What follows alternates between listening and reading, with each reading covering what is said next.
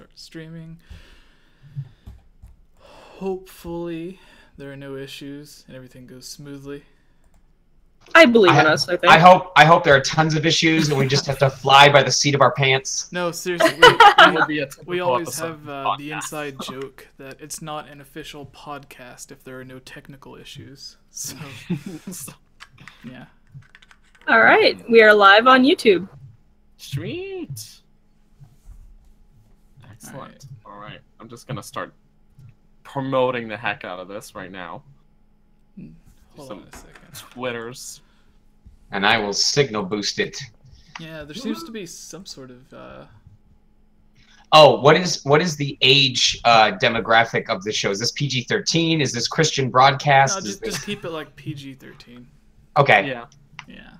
Sometimes we start to dip into like maybe 14A, and then we dial it back. We bring it back home after. So. Okay. All right. All right. So at first it looked like the live stream was a bit glitchy. It was only doing like 1 frame a second, but it seems to be straightened out now, so we're good. All right, everybody ready?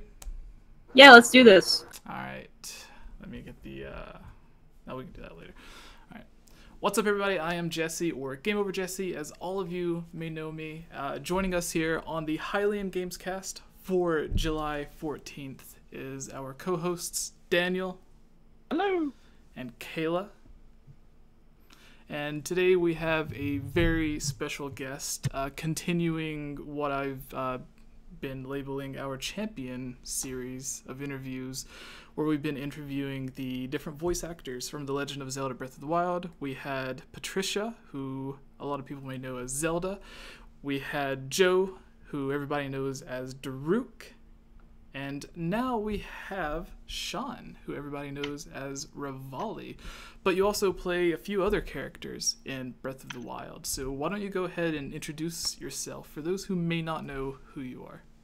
Sure thing. So, hello everyone. I'm Sean Chiplock. You may know me online on Twitter, on Tumblr as @SonicMega. That's Sonic and Mega Man put together because my 12-year-old self is a genius. And I am the voice of Revali in The Legend of Zelda Breath of the Wild, but I also voice Teba, who is another Rito, and I guess he's like sort of an ancestor or descendant of the Rito, or of Revali's lineage, and the Great Deku Tree, which a lot of people were surprised by, but I liked that I got to show off my range. So yeah, 3 characters in the first canon voice Zelda game, and it didn't become another CDI. I consider that a success. Absolutely. That's the biggest thing people were worried about pre-release, I think, because you know, Nintendo, that was the last time Zelda was voiced, so I think that was also what Nintendo was worried about too. That's why it took them so long, I guess. I'm honestly very upset that there wasn't like a side quest that required you to squat a law off to somewhere. Yeah, with the like the Nintendo localization teams. I have a friend who was on the team whenever Skyward Sword came out. And like he came up with the name for Groose and some of the other stuff, some of the jokes that was in the game. But he was talking about how the localization teams have a lot more freedom in terms of what they can do now as opposed to what they used to be able to do. And with Breath of the Wild, I was thinking there would be a lot more adult-oriented jokes, or jokes that were like callbacks to other games in the series and stuff. So I actually was surprised that there weren't any like crude CDI jokes or anything like that, kind of poking fun at it. It makes sense to me because I figured Breath of the Wild, like how Pokemon Let's Go Pikachu and Eevee is trying to be like that new first step into the series for a brand new generation of people. I had a feeling that Breath of the Wild was trying to be that new first step into the Legend of Zelda franchise. So it kind of makes sense that they try to ease up and not make too many references, if any references, to past games in the series, just because they don't want these new fans to feel alienated by the fact that they don't get what these callbacks are. Yeah. So with Breath of the Wild, I guess we can start the interview with, I guess, the beginning of all of this. So what was the experience for you when you first heard about the auditions going in and everything?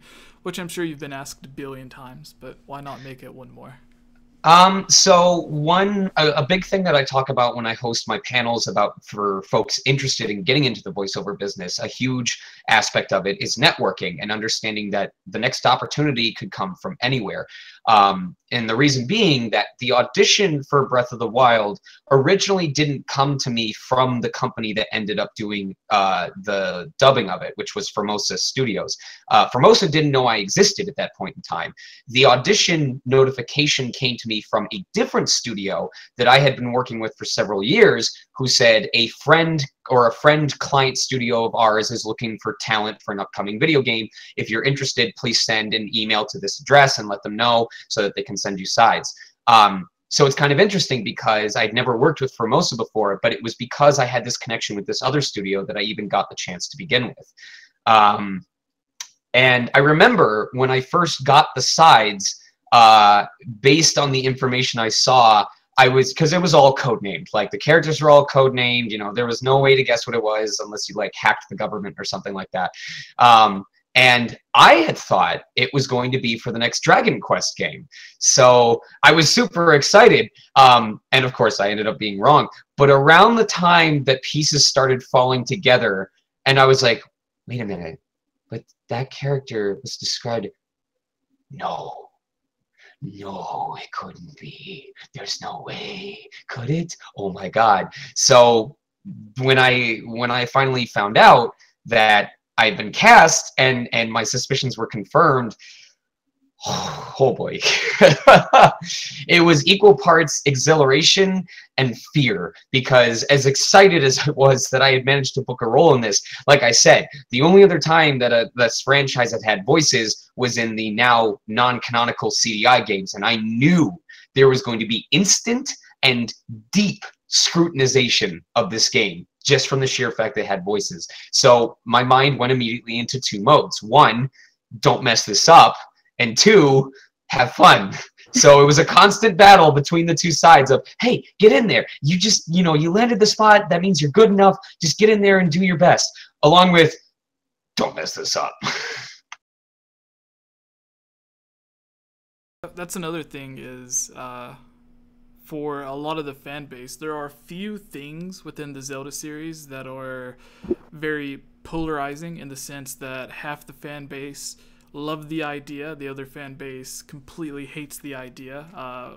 One of which is multiplayer Zelda games, voice acting in Zelda games, or like playing as a female Link or something. So with voice acting being one of those things, and a lot of people saying like, oh no, it'll ruin the franchise, and then the other half being like, no, it's been a long time, other modern games all have voice acting, this would be a great addition. And then if you don't like it, you can just turn off the voice acting and read the subtitles or something. So what was going through your head in that aspect? Because there's some people that even if the voice acting is good, they're just not going to like it anyway. So did you have to deal with any of the negative feedback towards that? I mean, I'm sure there are people online who say, like, this character's voice was terrible, or I thought Revali was, like, the worst acting in the game.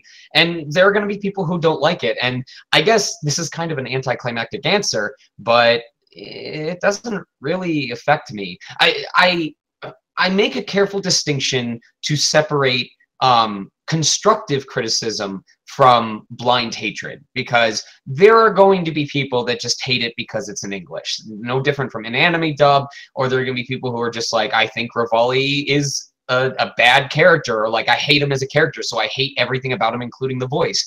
So that, I don't really let it affect me at all, because to be quite honest, at the end of the day, the client is the one who's giving me the paycheck, and it's Nintendo who's telling me what they want for the character. So if they're the ones saying, we really like how you delivered that line, or you're giving us exactly what we're asking for, that's what matters at the end of the day. But that being said, if there's constructive criticism, if there's someone who brings up that, like, a voice wasn't consistent somewhere, or just something that I can reflect on and try and be better about for future performances, then of course I'll look at it. But otherwise, in general, it's just a matter of, it's not worth. What I tell people is, at the end of the day, you have to choose how you're going to spend your time, your energy, and your effort. And it usually divides into one of two things. Either defending yourself against the people who want to make you feel bad about what you've done, or spending that time supporting the community and spending it with the people who want to make the fandom more enjoyable, more exciting, who want to contribute to it. And just in general, I would prefer to spend that time building up the community in a positive aspect rather than trying to change the opinions of people who want me to feel negative about the work that I've done. Within reason, like I said, constructive criticism. Right. All right, so moving on to Daniel. Do you have any questions? Okay, yeah. Well, first, I just, in this live chat here, Zeno12 just super chatted us $1. Thank you, sir. Just want to shout that out. Also, so the audition process, obviously, you didn't know what you were going in for. Probably auditioned for a couple different characters, maybe. Just as an assumption, I'm just wondering, are there any other characters that maybe you had auditioned for and that you had really wanted to get, and then it ended up changing, or that they said, okay, yeah, we'll give you these three, these few guys, and then actually just stick with these ones, or like any changes after the fact? It's impossible to really know, because since everything was codenamed and we didn't know which sides related to which character, or it was possible, this happens all the time, where none of the sides were actually a specific character. It was a generic character archetype, and then if they had people come back for callbacks, which did happen, then they would have you read for characters that matched that archetype. Does that make sense? So absolutely, yeah. I don't know how they chose to go about it, but what is interesting is Revali is typically the kind of character that I would consider to be a forte of mine. I do really well with cocky, self-absorbed jerks. I do very well with young male hero protagonists, and I generally do really well with characters who have a higher level of energy, whether that's through eccentricity, if it's through exaggeration or something like that. But originally, the only character I had been cast for was the Deku tree, which is interesting because back when I did the audition, I was working with my mentor to try and pick what I thought were my best options. I picked the two that were my fortes, and then I saw what I assume was the code name for the Deku tree, and I said, I want to read for this. And he goes, are you sure? And for good reason, because they were looking for a deeper voice, a much lower baritone, smooth, calm voice. And generally, quieter, calmer voices are something I still kind of struggle with, just because I'm a very animated person.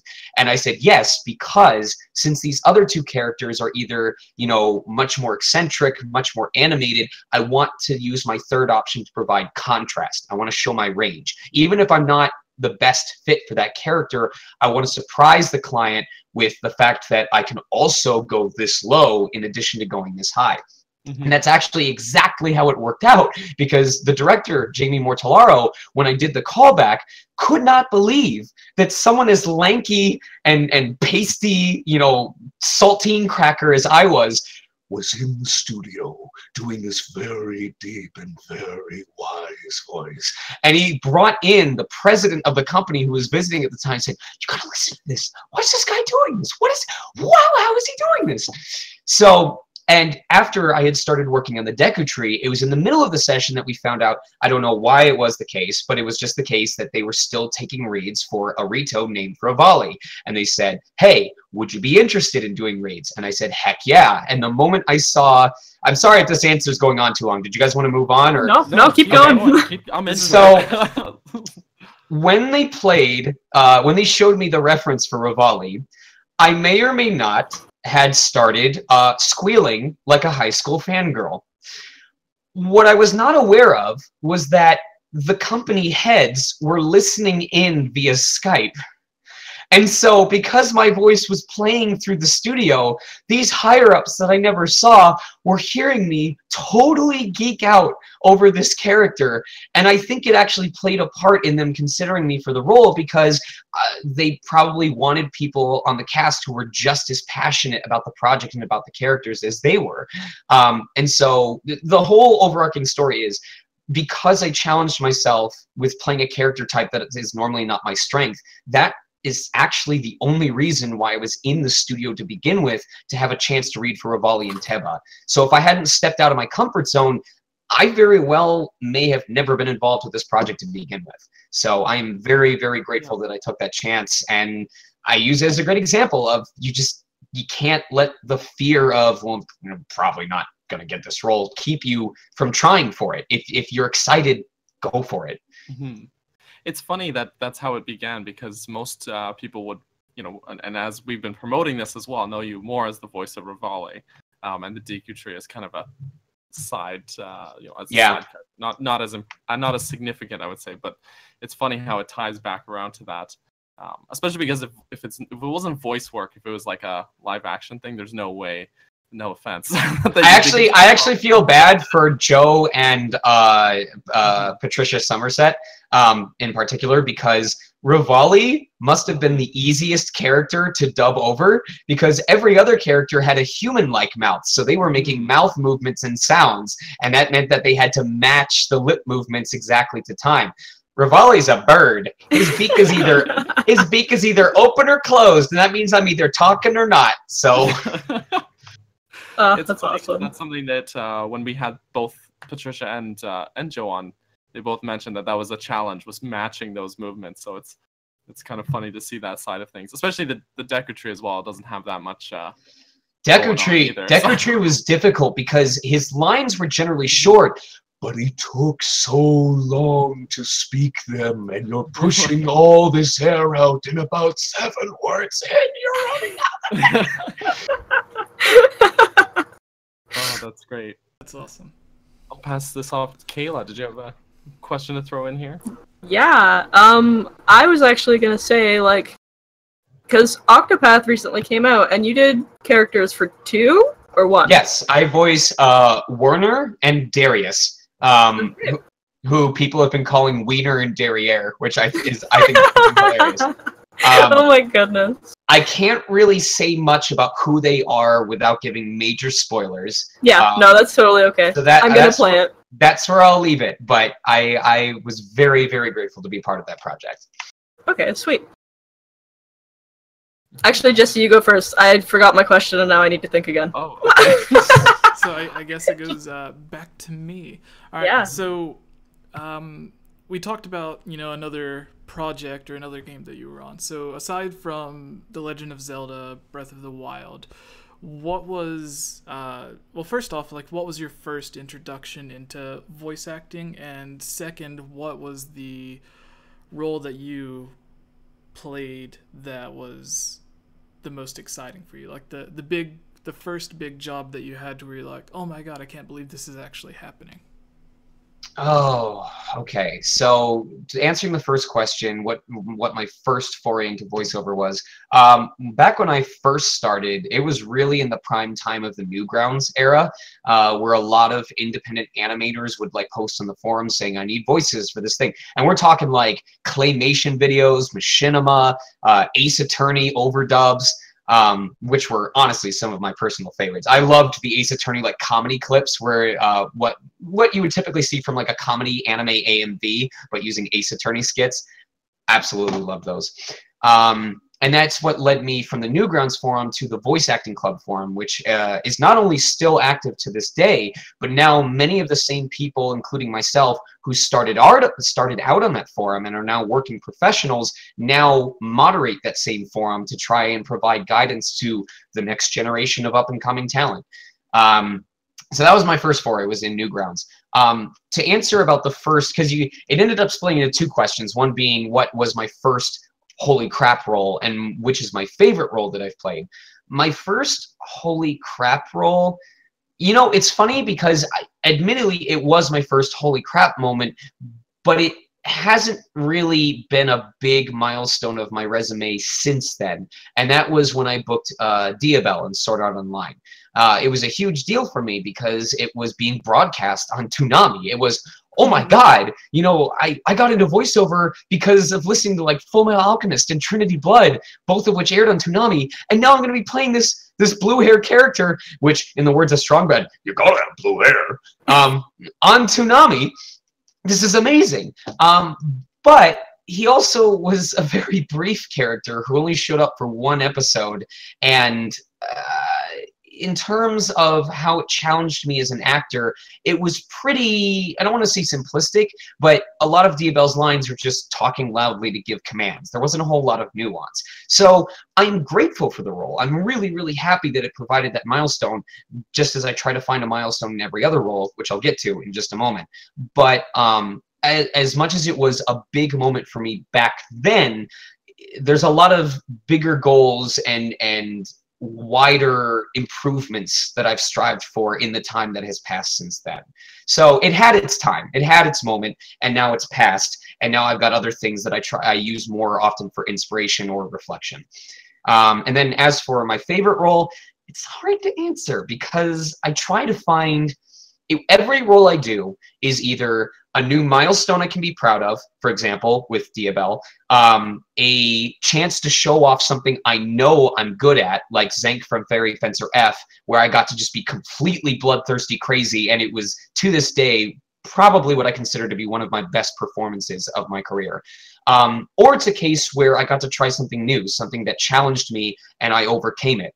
An example being Kasim from Magi was something where I really had trouble with just being conversational. It was fine when he got angry and like monologued and yelled and had his outburst towards Alibaba, but when he was just talking normally, this was still during a time when I wasn't as used to my normal voice, and so I tried to like artificially make it older all the time, and I feel like there's times where maybe he sounds too deep because I was shooting for that. So it was a learning experience. It was a chance for me to reflect on that and learn to be more comfortable with myself. So every role I do, I try to find something to take from it and be proud of or learn from, so that I never run out of stories, so that no matter what project people bring up and say, I loved your voice in such and such, I can bring up something related to that project that makes it special for me and for them. That was a really great answer. So are we going back to you, Kayla? Sure, we'll go back to me. I remembered. Yes, thank you. I was actually going to ask about, like, just kind of growing up, like, who would have been the most influential voice actors for you? Because you mentioned that you really liked, like, watching Full Metal Alchemist.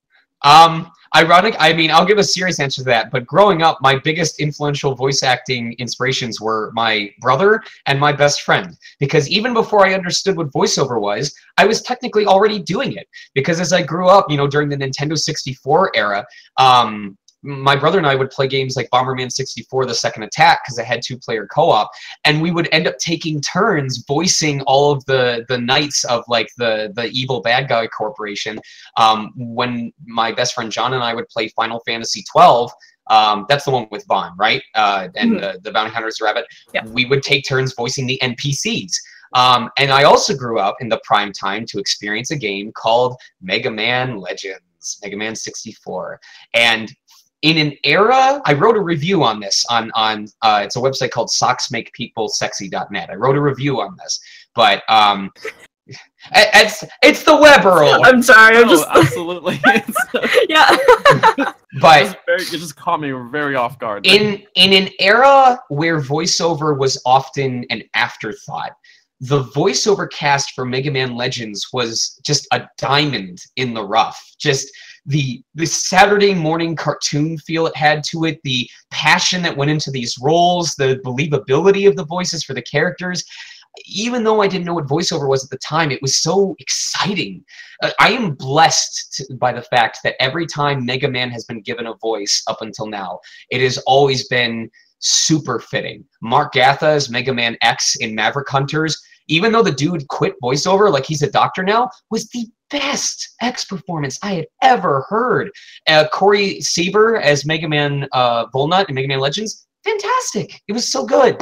So, but in terms of actors, I've often said, if I could have had, or if I can get Kari Walgren's range, Liam O'Brien's intensity, and the crispness of Max Middleman's yells, or I think, who was it that played Akechi Goro in Persona 5? Was that Robbie Daymond or Ray Chase? I don't remember. Oh. I'm not familiar, so I don't remember. I'm going to look this up real quick. Give me like 5 seconds. All right. Yeah. Well, while you're looking that up, I'm just gonna shout out to Chief Tomei in the chat, who again, all the super chats keep coming in today. So Yeah. thank you, man. Thank you, guys. Okay. Nice people. Big hearts. So it was Robbie Damon who played Akechi, and not only did Robbie have that same intensity that Liam O'Brien often shows, but the anger and the crispness in his shouts, the cleanness of his shouts, or the cleanliness was so good. So if I could combine all three of those and make it part of my repertoire, I'd never go a day without work. So they are very big inspirations for me. All right, awesome. All right, I think Daniel, going back to you. Hold on, I'm gonna make a comment real quick. All right. Ryder LS is saying Sean kind of resembles Matt Pat appearance-wise, but not too much. Well, I could be Matt Pat, but that's just a theory. A cease and desist theory. Thanks for not suing me. Exactly. Wonderful. Oh, gosh. Great. Well, yeah. I guess. I want to say it's really ask... nice that you're keeping up with the chat as well. Yes. Because the way that we were doing the others with Joe and stuff, they weren't able to like set it up to where like they could see us on the video chat as well as the YouTube live chat. So the interaction with fans is great. I have trouble focusing on chats because since I was around during the time when they did all those that old space program thing where people used like the robotic voice to read out the text, and he was like, So now I just imagine all of these comments being read in like that astronaut voice, like, look up, you was talking, or someone in the chat. No, they have a thing. If you ever play, I don't know if the other VR units have it, but PlayStation VR has the thing to where if you're doing a stream through the PlayStation, you can have it so that it reads out the text comments from the live stream. So you have the VR helmet on, and all of a sudden you just hear like this robot lady talking to you. And the first time it happened, I was like, "What? Who is here? What is going on?" My favorite was watching all the YouTube videos of people going around and like they're in little tanks. Like usually it was the short Knuckles in like a tank, and it would just go around blaring the communist theme or like the theme song. Or oh my god. Oh my god. People have asked me to like come on PlayStation VR because they make Revali skins and to do stuff as Revali, and it hurts because I absolutely would, but for obvious reasons, I don't want to go around performing as the character that Nintendo owns the IP and the rights to, because while they probably wouldn't take me to court, they probably would just decide to never consider me for any of their projects ever again, and I kind of like working for the big N. Yeah, I see. Yep. And that's the thing, though, is like where Nintendo, like traditionally, they don't have a lot of voice acting in their game. Like they have been lately with like Fire Emblem and stuff like that, but with just Zelda and Mario and stuff like that, there's not really too much voice acting. So whenever they do get voice actors for one of their big games, like they just had Breath of the Wild, where it was all the cutscenes and everything had voice acting, I imagine that's like one of the highest, at least right now. Like if you asked anyone if they wanted to voice act in a game, then everybody likes Mario, everybody likes Zelda. That's something that would be memorable, like those characters, especially with it being the first voice acting. Whether they continue it in the future or not, it's like I have to imagine it's a huge accomplishment that a lot of people could be proud of. So. Yeah. And you're speaking in regards to, sorry. There's a lot to process. Just working with Nintendo in general, like on Breath of the Wild. We're like, one of the first things you learn is they are very much a team player company, no different than Disney. They are very passionate about the work. You can see it in the projects they do, like Splatoon, and I'm trying to think of what another independent property. But just looking at Splatoon, they had the choice. There are a lot of games that they slap like the Mario IP on to make it easier to sell. But Splatoon, they said, you know what, we're going to give this a chance to flourish on its own. But not only did they give it the chance to flourish, they pushed it. Like they put their heart and soul into making it something for people to get excited about. And it took off. So I respect the fact, I love the fact that Nintendo not only supports the idea of giving independent projects their own chance to shine, but will also put the muscle in behind it to try and actually give them that opportunity to succeed. Yeah, there was like with other games that would have been brand new IP for Nintendo, like there was Star Fox Adventures on the GameCube, which started out as Dinosaur Planet, but Nintendo, I guess, didn't have much faith in it, so they were like, hey, well, let's just reskin all of this and turn it into a Star Fox game. And it gave us Crystal, both the best and worst thing ever to happen to the Star Fox franchise. I love that game. No, I'm sorry. It gave us Prince Tricky, the best and worst thing to ever happen to the Star Fox franchise. Oh. And I feel there was a similar situation. We actually talked about this on the last podcast with, I think it was the last podcast. But, what was it? The Metroid 3DS game. Metroid Prime Federation Force, where I feel like that was to be a completely different game. And Nintendo was like, well, let's just make it Metroid. We haven't had a Metroid game in a while, so let's reskin this to be Metroid, and then maybe it'll get more sales than it would have if it was an original thing. But with Splatoon, I guess it was good enough to where Nintendo thought we can push this as its own thing, and the same thing with ARMS. So I'm excited to see if they have any other new ideas coming out, but I guess that's a podcast for a different time. But Daniel, your question.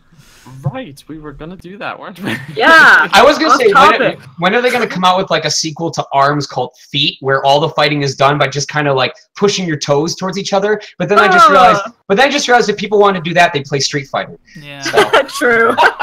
Maybe they have an attachment or something where you can put a Joy-Con on your shoe to like pretend to kick or something. I don't know. Oh my god, I'm already thinking of all the people who would manage to roundhouse kick their Insignia TV off the counter. Oh yeah. Oh no.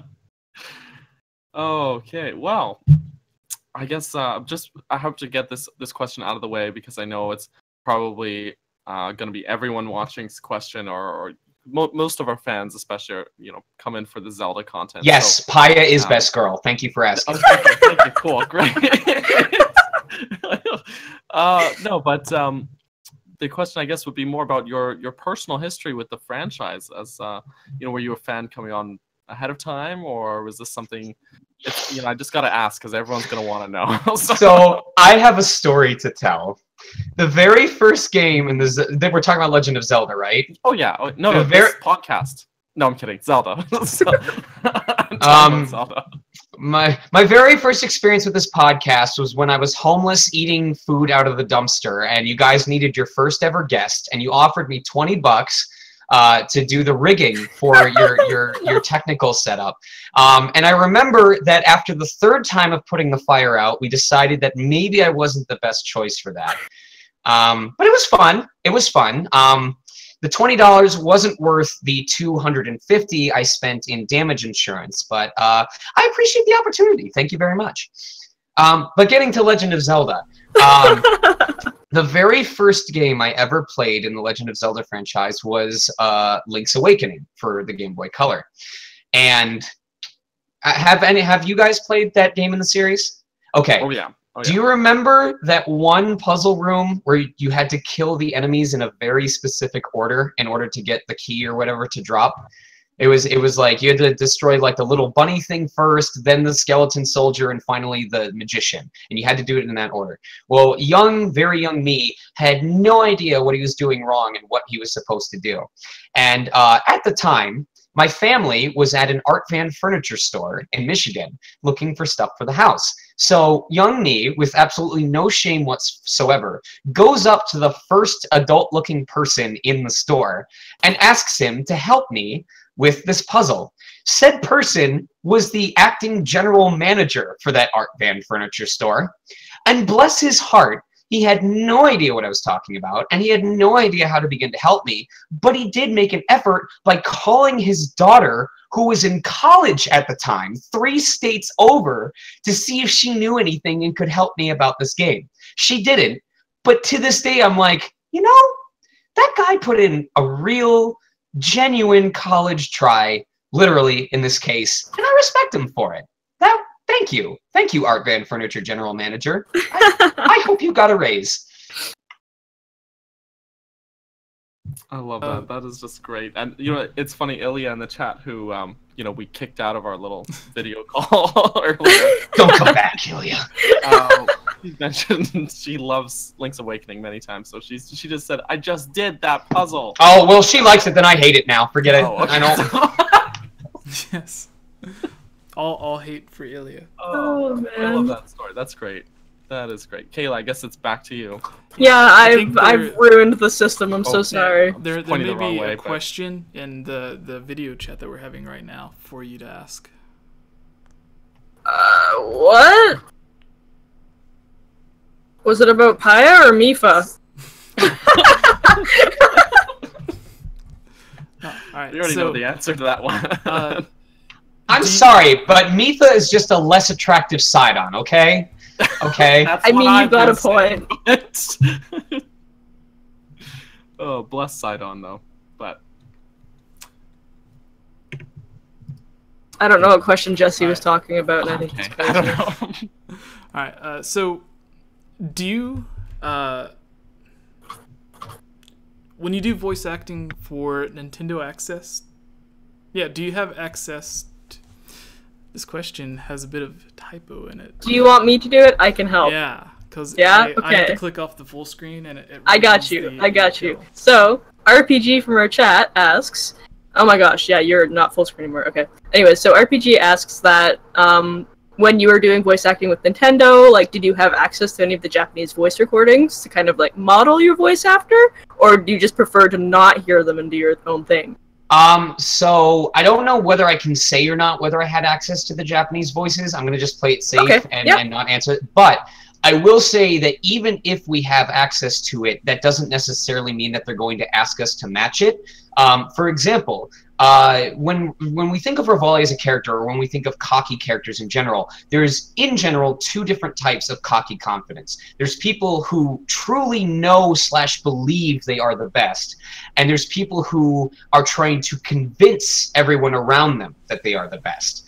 And it's my understanding that in the Japanese dub for Revali, that they went the second route, that Revali was more showy, you know, more exaggerating, more eccentric, where he was selling to everyone around him how good he was. Whereas Nintendo of America directed me in the direction of, Revali has worked very, very hard to get where he is. He knows that he's talented, and he knows that he's earned his fame that he believes he deserves, so we're taking it that route as well. So in that case, even if I had access to the Japanese, it may not be the best idea to reference it because the tonality of the voice will be different. Someone who's trying to sell it will probably be, you know, much more extravagant, you know, much more exaggerated, much more, there's more emotion to their voice, if that makes any sense. Mhm. Whereas someone who's just confident in their abilities will remain calm and composed because they know that their history and their track record speaks for itself. They don't have to prove themselves. They've already done it.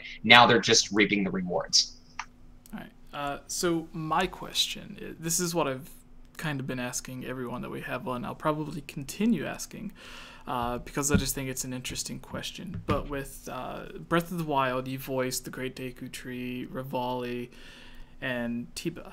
So with the DLC, they had everyone come back to record more lines, or maybe it was recorded in just a different session than the other lines. But if they invited you back for another Zelda game, if they said, hey, we're working on a new Zelda game, we loved what you did for Breath of the Wild, we want you back, would you rather them make a Breath of the Wild 2 and then you can continue voicing those characters that everyone fell in love with, or would you rather have the chance to voice a brand new Zelda game, similar to how like Twilight Princess, Wind Waker, two completely different games, so even though they have Link and Zelda, they're different versions of the characters. So would you rather... I personally am very, very excited for when Konami purchases the rights to the Zelda franchise so we can finally get a Legend of Zelda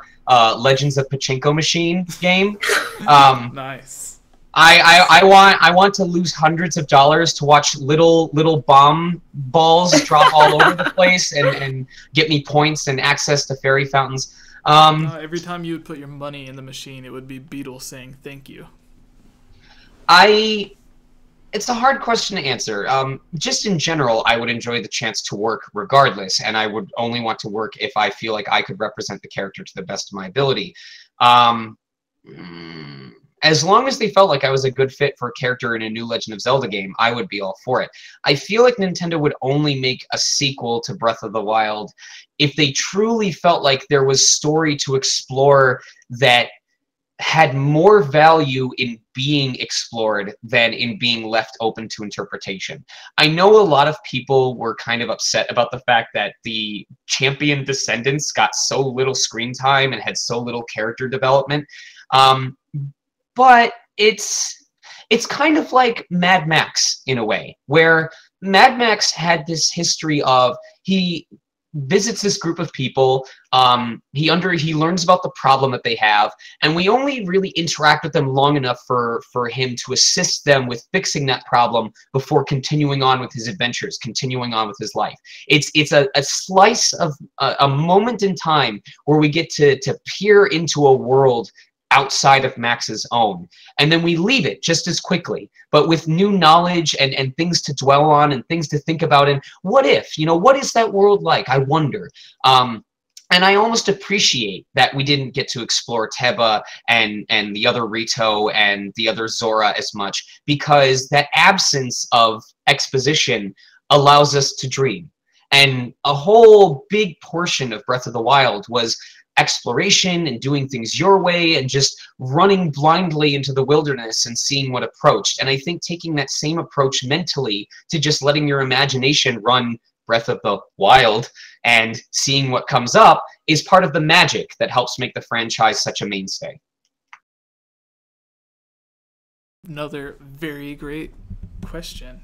You're doing really good. But I really want that pachinko machine. Don't get me wrong. No, like some people, you can tell like whenever someone's having a great time in an interview, they'll give you like short answers for the questions and stuff. So it's really great that you're like, going into great length and detail with all of these. So it's really nice. No worries. We can do. Everyone can go around, ask one more question, and then we can move on to the mailbag if that's all right with everybody.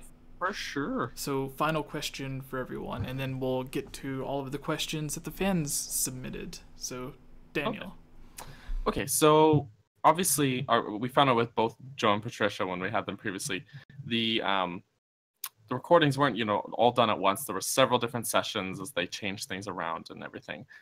Was there one particular moment where you were recording and it just felt like I finally have the grasp, I got the character now? Or so or... during a session where I believe I was doing the lines where you're instructing Link as he works his way through Vaughn Meadow. And at first, when I first started voicing Revali, I did actually struggle with the character a lot, because what I thought would be the voice type we'd go for, again, playing into that difference in cockiness types, didn't end up being what Nintendo wanted. So we were starting all the way back from square one, and I was having to approach this character from a voice style that I hadn't thought about before. But during one particular session, because I'm very much a method actor, I like to physicalize, the kind of pose that I'm doing or the way that the character acts. So as Revali is chastise guiding Link through the dungeon, I put my arms behind me and I kind of crisscrossed them like I imagined a bird would rest its wings behind its back. And this is going to sound so freaking furry, but in that moment, it felt like I felt the weight of feathered wings. Like it felt like I had his body frame, his body type, weighing down through my arms, and just the pose that I was taking kind of lent to me having that haughty, like head tilted up, like I'm watching what you're doing, but I'm watching it with equal indignance and respect. And really just being there physically helped me to stop focusing on whether I was hitting it vocally. And when I stopped worrying about being the performer, I was able to just start being the character. And that's when it really clicked for me. And I had a much easier time staying in touch with Revali's his attitude and just his manner of being.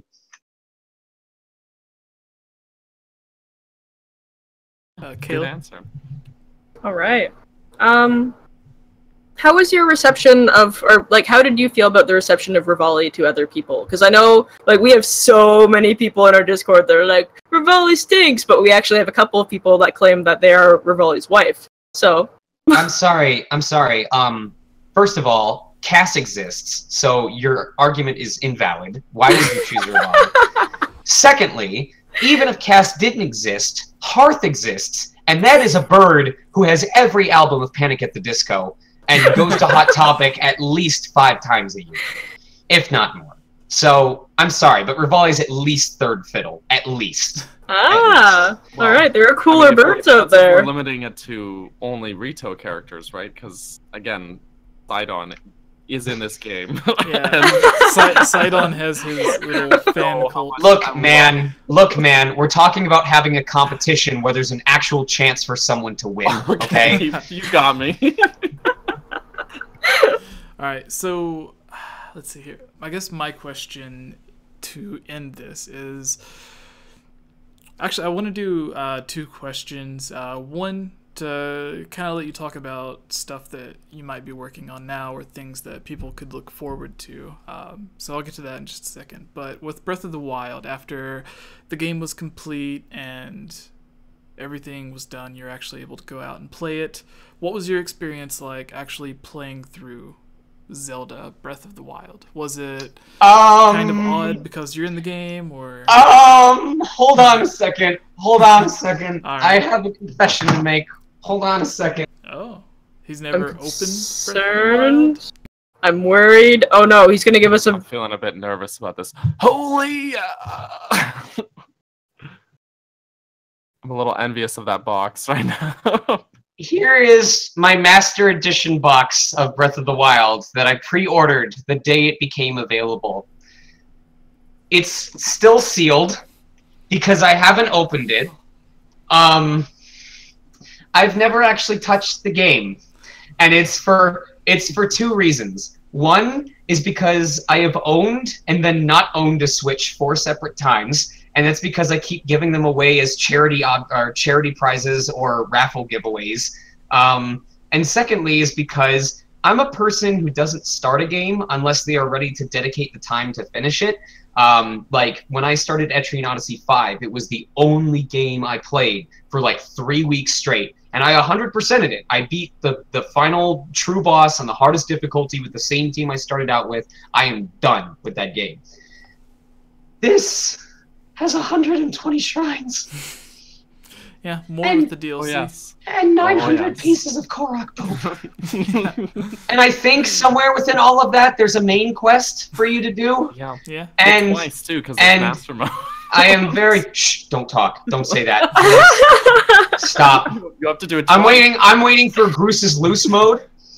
Oh, So- yeah, nice. Bruce is So- on loose. I love this game to death, and I've told people I need to play it just to have experienced it in my lifetime, but I don't think I'll ever get to it because, I mean, I'm very grateful to say that I'm a working voiceover artist, but there was a game I used to play called Jade Cocoon 2, and I have owned and restarted Jade Cocoon 2 5 separate times before I actually fully completed it, because I would get really far into the game, I'd get distracted by something, I'd come back after like 3 months, and I'd completely forget where I was in the game, what progress I was making, what my current team status was, what my next step was, so I would just start over.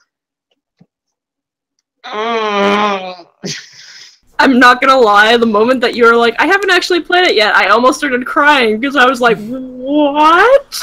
I'm living vicariously through Twitch streamers and YouTube clips, and yeah. So thank you, internet content creators of the universe.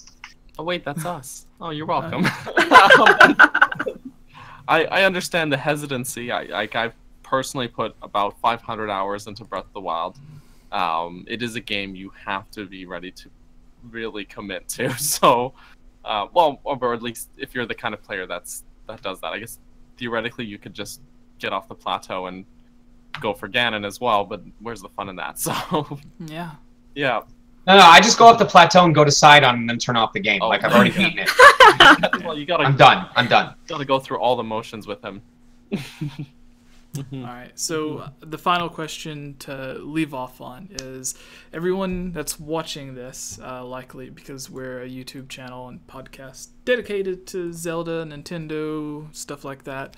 So everyone here knows you as the Great Deku Tree, Revali, and Teba. So there weren't any other minor characters that you did voices for. I know, like, sometimes they'll have people do like random NPCs and stuff, but there wasn't. Nope. Yeah. Just those 3 characters. All right. So everyone knows you as those 3 characters. So what are, like, people who may be fan of your voice acting or fans of Revali and everyone, what are some games or anime and, like, some past projects that you've done that you would recommend for people to go check out? And are there anything that you're working on right now? This is a good question because I looked you up and your list is long for things that you have done voiceover stuff for. What list were you looking at? Were you looking at behind the voice actors or? IMDb. Oh, okay. Yeah, there's a lot more indie projects on IMDb. Yeah. It's kind of interesting because a lot of my peers in this industry have much more extensive anime lists, and I never kind of really picked up on that. I voiced in a lot more video games. I always love / hate when people ask, like, what are you working on? Because then I get to go, I can't tell you. Because if I could, I already have. That's a good feeling, though. You can hold it over our heads. There are things that I am working on that I'm very excited to get to talk about. One in particular, because the story of how I booked that role is going to be freaking hilarious. Like, first of all, it's a voice no one has ever heard me do before in any of my prior roles. And secondly, the inspiration for that voice came from a place I'm pretty sure no one remembers even existed in the first place. So it's gonna be like the Wii Fit trainer of Smash in terms of voice roles. Like, people are gonna hear, like, beautiful. Wow, that's reaching. So Tingle game confirmed. All right. Oh man. Well, so for stuff that I can talk about, I'm surprised it doesn't get more marketing, and I hope it does. But I do voice the lead role Subaru Natsuki in the English dub of ReZero, Starting Life in Another World from Zero. Which I had a very big legacy to live up to, because the vocal quality of the performance of the Japanese actors for Rem and Subaru were so good that it launched them from relatively unknown status to, like, seiyuu celebrities in Japan. That's how good it was. So I knew out of the starting gate that I had a lot to live up to, and there were already people, there are still people that go, I'm sorry, but there's no way the English voice actor will ever be able to match up to the Japanese. And my response to that was, challenge accepted. And I'm not going to say it's perfect, but I do think if people want to see what I'm capable of in terms of playing both very high levels of emotion and very subdued, nuanced moments, I am really proud of the work that I did in that series. And I do think in all the areas where it really counted, where Subaru as a character really went over the top or really had strong moments of characterization, that I was able to deliver it on par with the Japanese. Maybe not matching the Japanese, but in my own way, but to the same level. So I absolutely ask people to check that out. The first 12 episodes are already online on Funimation, and I think VRB. And the other 13 will be out in September. All right. What was the name of that again for everybody listening? It's the role of Subaru Natsuki in ReZero. Right. Let me see. I'm sorry, I'm having to switch between the tabs and just trying to figure out. No, you're fine. While he's searching, once again, thank you everyone. We've had around 38 right now. It's gotten up to, I think, 40 something at one point, close to 50. So thank you everybody for watching for this. I would totally recommend checking out me as Yuki Mishima in Persona 5. Just because it was really cool to get to play a more youthful character. I typically get a lot of auditions for characters who are mid-tone to deeper, which is surprising. But Mishima really challenged me to play a younger, more vulnerable character. If anyone is familiar with a series called The Bedfellows, which I voiced Sheen in Fatigue, that is very interesting because both Sheen and Fatigue's voices would become foundations for official roles that I've done. Sheen was like a very mad, very angry character all the time, just like very gruff all the time. And if you take Sheen's anger and you just make him bitter instead, now he's Teba. David Gordon's like, whoa, that was Teba. He just did it. What? This is happening. I don't know if I have the voice for it, but Oh yes, of course. Fatigue is a very high-pitched and very, very enjoyable character, and he's also very British. But if you take away the British and you make him just a little more puppety, now you have Monotaro from Danganronpa V3. Oh, so. nice. You're not going to get in trouble for all these voices, are you? No. It's totally fine. But it's just really cool to me because these two characters from like a mini animated series that I don't think a lot of people know about were direct inspirations on voices that ended up being for really big projects. So I just think that's really cool. All right. So like a quick thing. Whenever I was looking at you, I think it was your IMDb. There was something that mentioned Future Trunks from like a random dub of Dragon Ball Super. What was that? So I try not to make a big deal about it because there were two versions of Dragon Ball Super that existed at one point in time. There was the Funimation dub of Dragon Ball Super, which everyone knows about, and then there was the Bang Zoom dub of Dragon Ball Super, which only aired in Southeast Asia and India. And I don't think it's in production anymore. It's just Funimation's now that's in production. But over the course of how far Bang Zoom got, I had 3 lines as Future Trunks, and that was the words "Die Frieza," a charge-up line that I believe got cut in the final airing, and a throwing several energy blasts, or throwing just one large energy blast. So I have a total of like 3 seconds of screen time with my voice, and then I never show up again.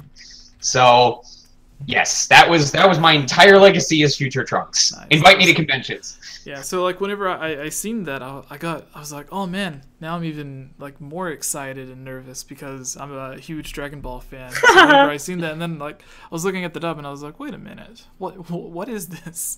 Yeah, everyone always goes, wait, didn't Eric Vale voice Trunks? At this point, I was like, yes, Eric Vale voice Trunks. Just don't even worry about it. Like, it was fun, it was worth the paycheck, but it's not a big deal. All right, so I guess unless anyone has any questions that are quick to finish it off, we can move on to the Zelda Mailbag before Sean has grab to them go. fan questions. Let's do the mailbag. All right. So I have to do another introduction because this will go up as its own video after it's edited. So what's up, everybody? I am Jesse, or Game Over Jesse, as all of you may know me. Here with us on the Zelda Mailbag for the Hylian Games Cast is Kayla and Daniel, as always. But we have a very special guest here to answer all of your questions that you've sent in. Sean, who everyone may know as Revali, Teba, and the Great Deku Tree. Since I've had you on, I keep getting worried that I'll mix that up and like say Mifa or some It should crazy be name. the Deku Tree and then Revali, because apparently you got hired for Deku Tree first. Yeah. Plus, he's older, man. Show Yeah. us elder. Yeah, Kayla, come on. No, I guess technically the Deku Tree is older, but Revali did die before he did. So spoilers. Moment of silence.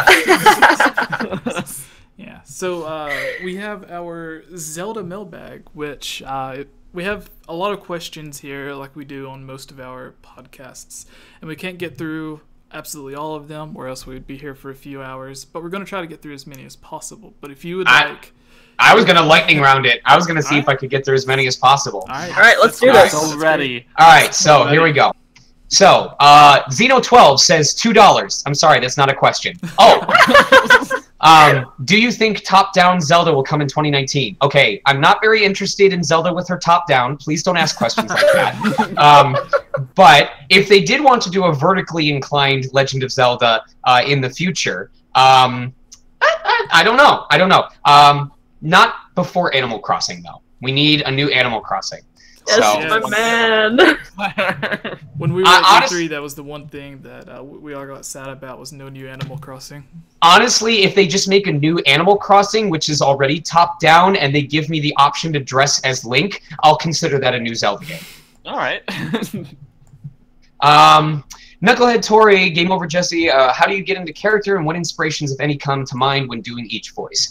That's a good question. For the longest time, I would get into character by just trying to think of what type of voice would come into mind for them. Like first, I think of what would they sound like. What is the pitch or the range of their voice?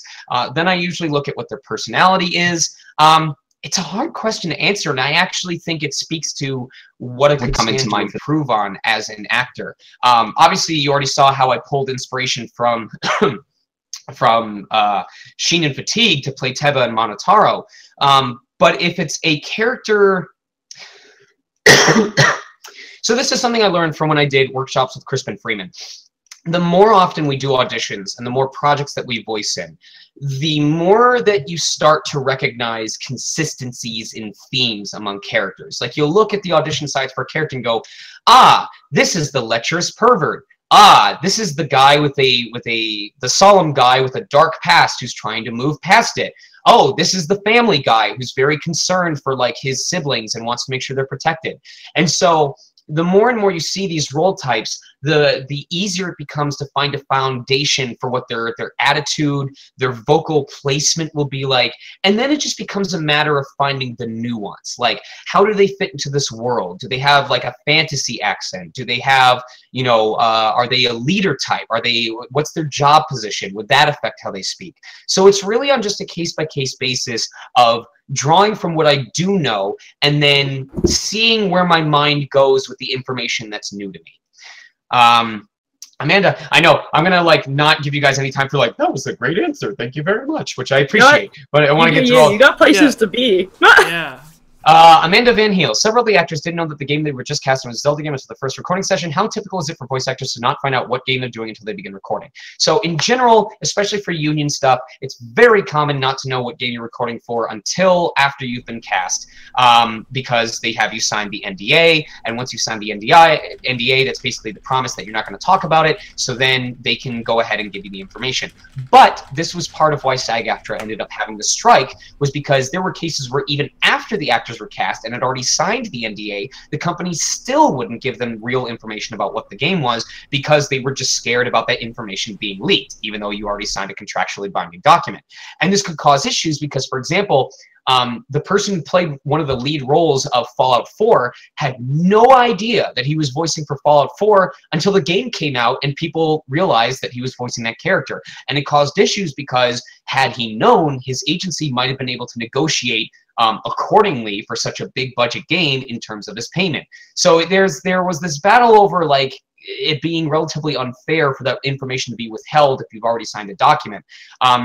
And especially there's cases where auditions come in that you're not allowed to submit the auditions or get the auditions unless you signed an NDA first. So it is typical for it is somewhat common for stuff to be codenamed, or if it is codenamed, we generally don't know until we've been cast and we find out. But the hope that the union goes for as a standard is that if it is codenamed, then once you sign an NDA document saying you won't talk about the game, that you should be allowed to have that information. So it teeters on both sides. It is common, but it shouldn't be as common as it is. Just X, question for Revali. You voice a lot of different characters in the game. Do you have to warm up for every character you do, or can you just jump right into the voice? So, for example, would you be able to have Revali converse with Deku Tree on the fly? If so, can you please demonstrate? I cannot demonstrate for reasons I stated earlier. I'm sorry. I apologize for any inconvenience. Warm-up is important regardless of what character you're voicing, especially if I'm going to be doing, like, there's a character I voice in a kid's anime called Screecher's Wild, where I voice DJ Screech, and he's a very loud, shouty announcer type. Like, all of his lines are spoken at a projected volume. So I have to make sure that I warm my throat up, you know, do my arpeggios with my tongue, make sure I'm completely warmed up, and stay hydrated the whole time. Otherwise, I'll wear my throat up very fast. You may have noticed, since my throat isn't completely back to normal, I did kind of squeak a little bit when I was doing Fatigue. It can depend on the status of my throat quality at the time. So I definitely can't just jump right into the voice, and we have to be careful, take breaks during sessions when we need to.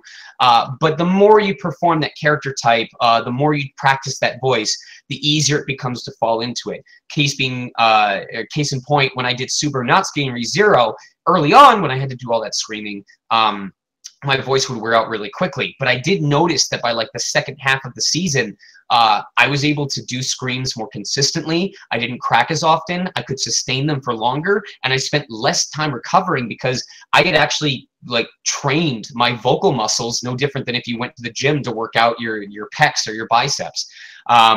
Or your quads. So it was really cool seeing that growth happen like that.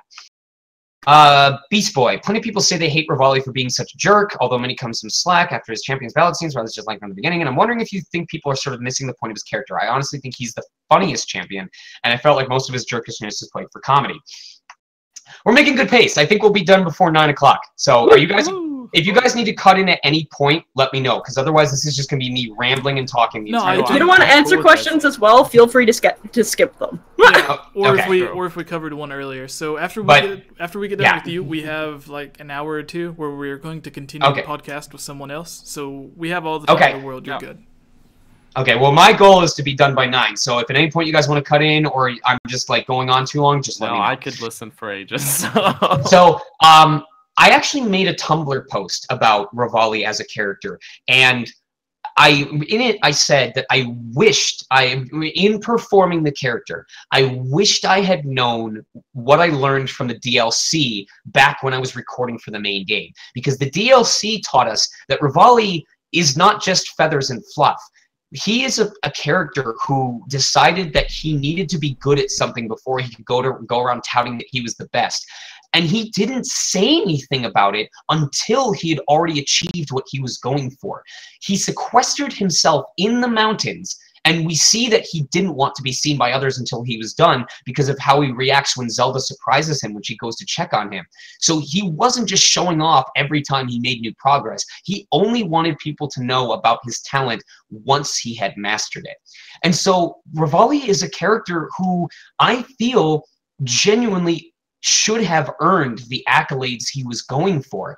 And he didn't propose himself when he was assigned to be one of the champions to fight against Ganon. He took it super seriously, and he prepared himself to be one of the best, if not the best fighters in the fight against Ganon.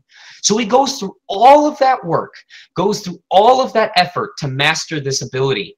And then some guy walks in who's apparently prophesized to be the one to defeat Ganon, and he's automatically assigned as everyone's superior. Like, how would that make you feel?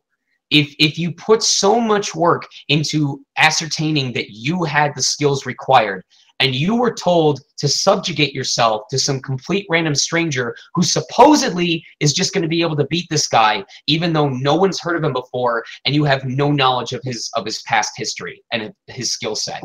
We see it through Teba, who, when Link says, "I want to destroy Vaughn Meadow," Teba's like, "Yeah, right. Are you kidding me?" Like, he forces Link to prove himself first before he'll actually take him seriously.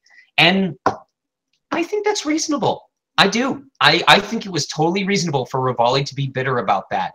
And although he lingers on wanting to challenge Link to see who truly was better between the two of them, it isn't until the end of the game, when Link has done all of these great things, that Revali begrudgingly accepts the fact that Link may be as good as people say he is. He still doesn't like that fact, but he is willing to accept it.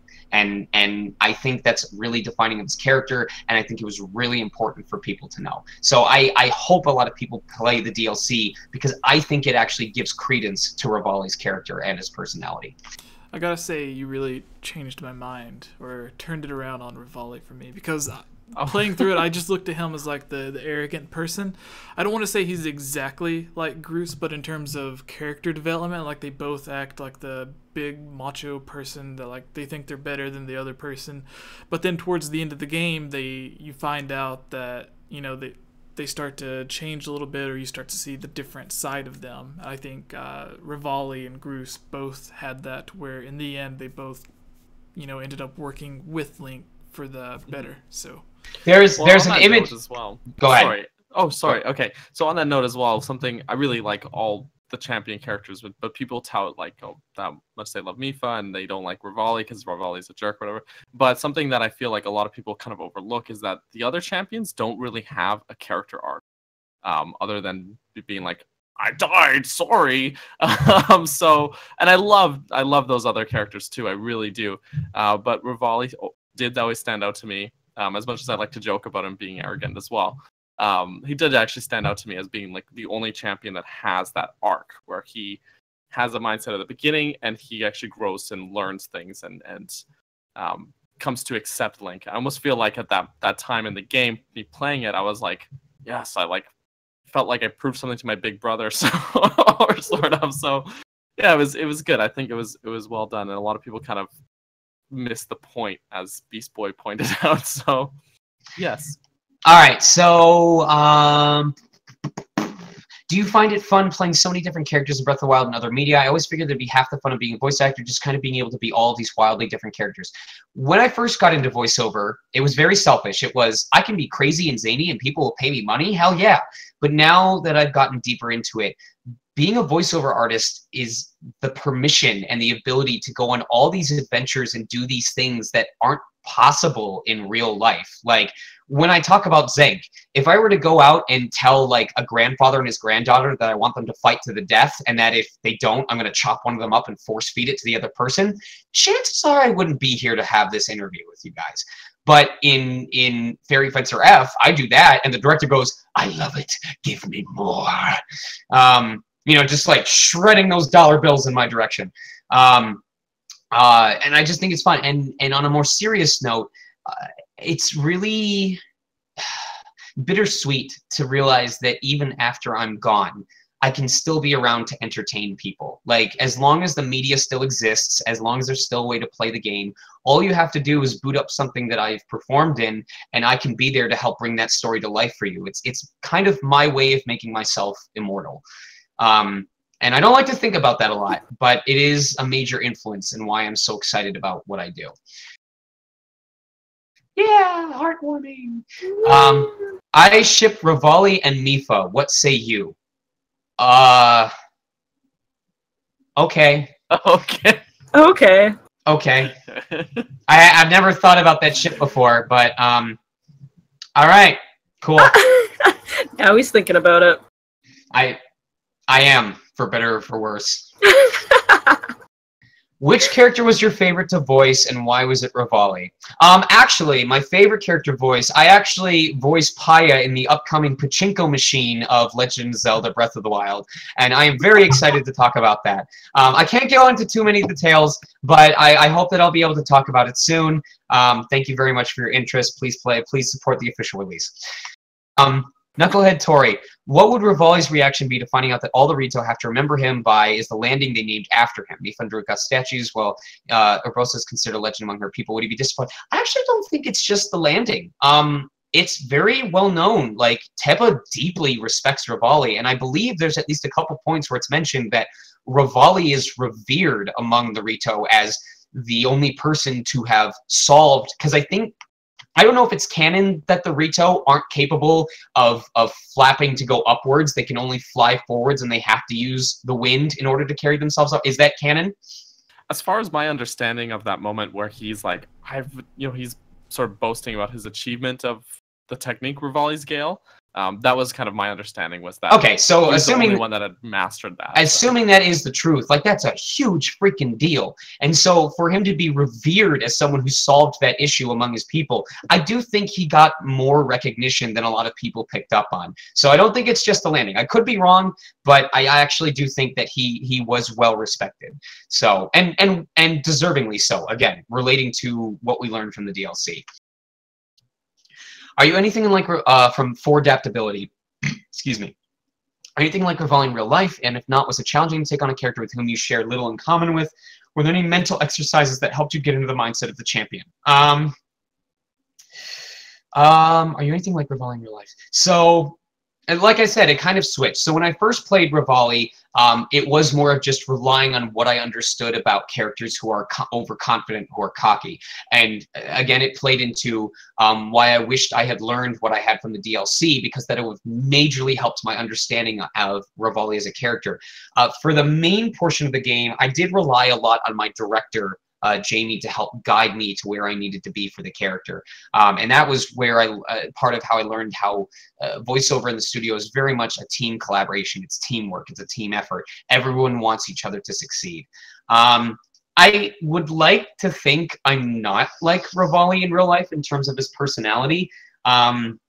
I've seen a lot of cases where people online say, yeah, Chiplock is nothing like his character. Revali is an arrogant jerk, and Chiplock is actually a really nice, down-to-earth guy. He donates to all these charity streams. He did all these fan requests. And that is the kind of person I want to be. I try to be the best that I can in all of my interactions, and I want people to think of me as someone who's very approachable and very trustworthy, rather than someone who embodies their characters. Also because that just helps sell me as an actor. Like, oh my god, he can play these character types even though he's nothing like this in real life.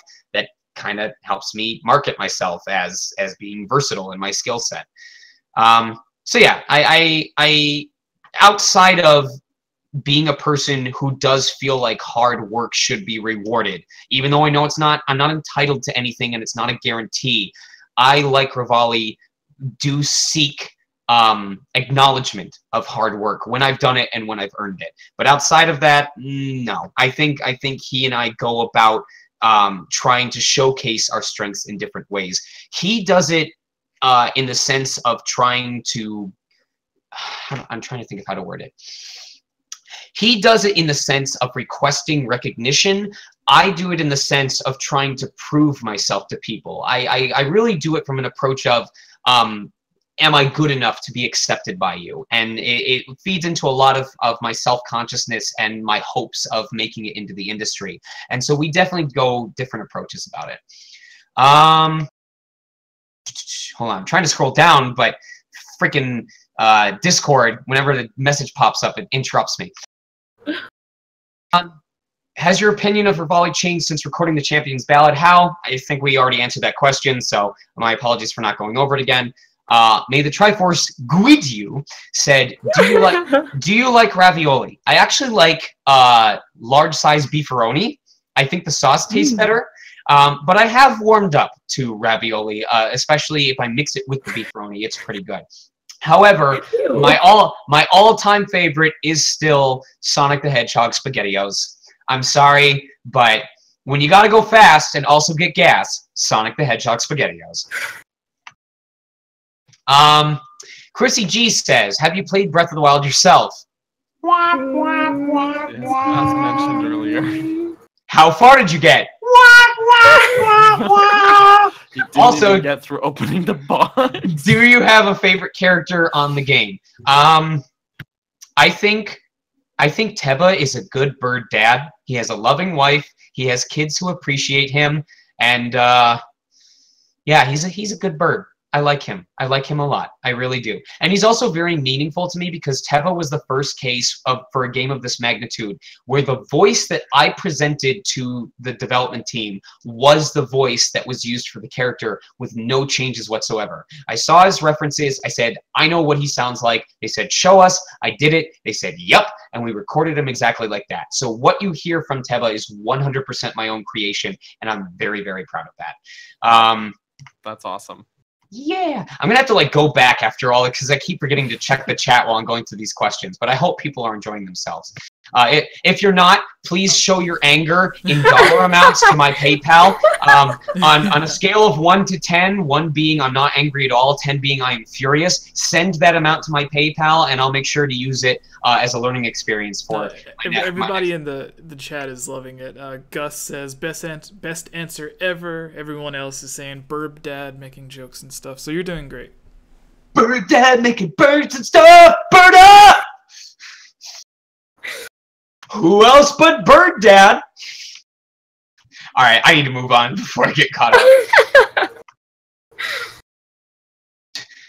The Zelda Collector says that the Great Deku Tree is the forest, and the Koroks are children of the forest that makes the Deku Tree their father. So how does he feel about his children basically giving Link piles of poop? Well, I look at it this way. Deku Tree needed someone to defeat Ganon, and Link went and slept for 100 years. So this is really the Deku Tree saying, if I have to deal with your crap, you have to deal with mine. Oh, I love it. Dang, guys. I can hear chat collectively going, "Ugh!" Which that's what happened to Revali when he had to fight Windblight Ganon. He went, "Ugh!" Ooh. Too soon. Ooh, too soon. What was your typical routine for getting your voice into character? Did you see actually Revali shows up in Smash when Falco goes up to that thing of fried chicken? So I thought that was really interesting. Oh no! I always say that. I mean, Revali is pretty much the Falco of Zelda, so they can just reskin them. It's Revali's in Smash. I like chat is just now getting to my bird dead thing, and they're all freaking out right now. Like I just think that's freaking hilarious.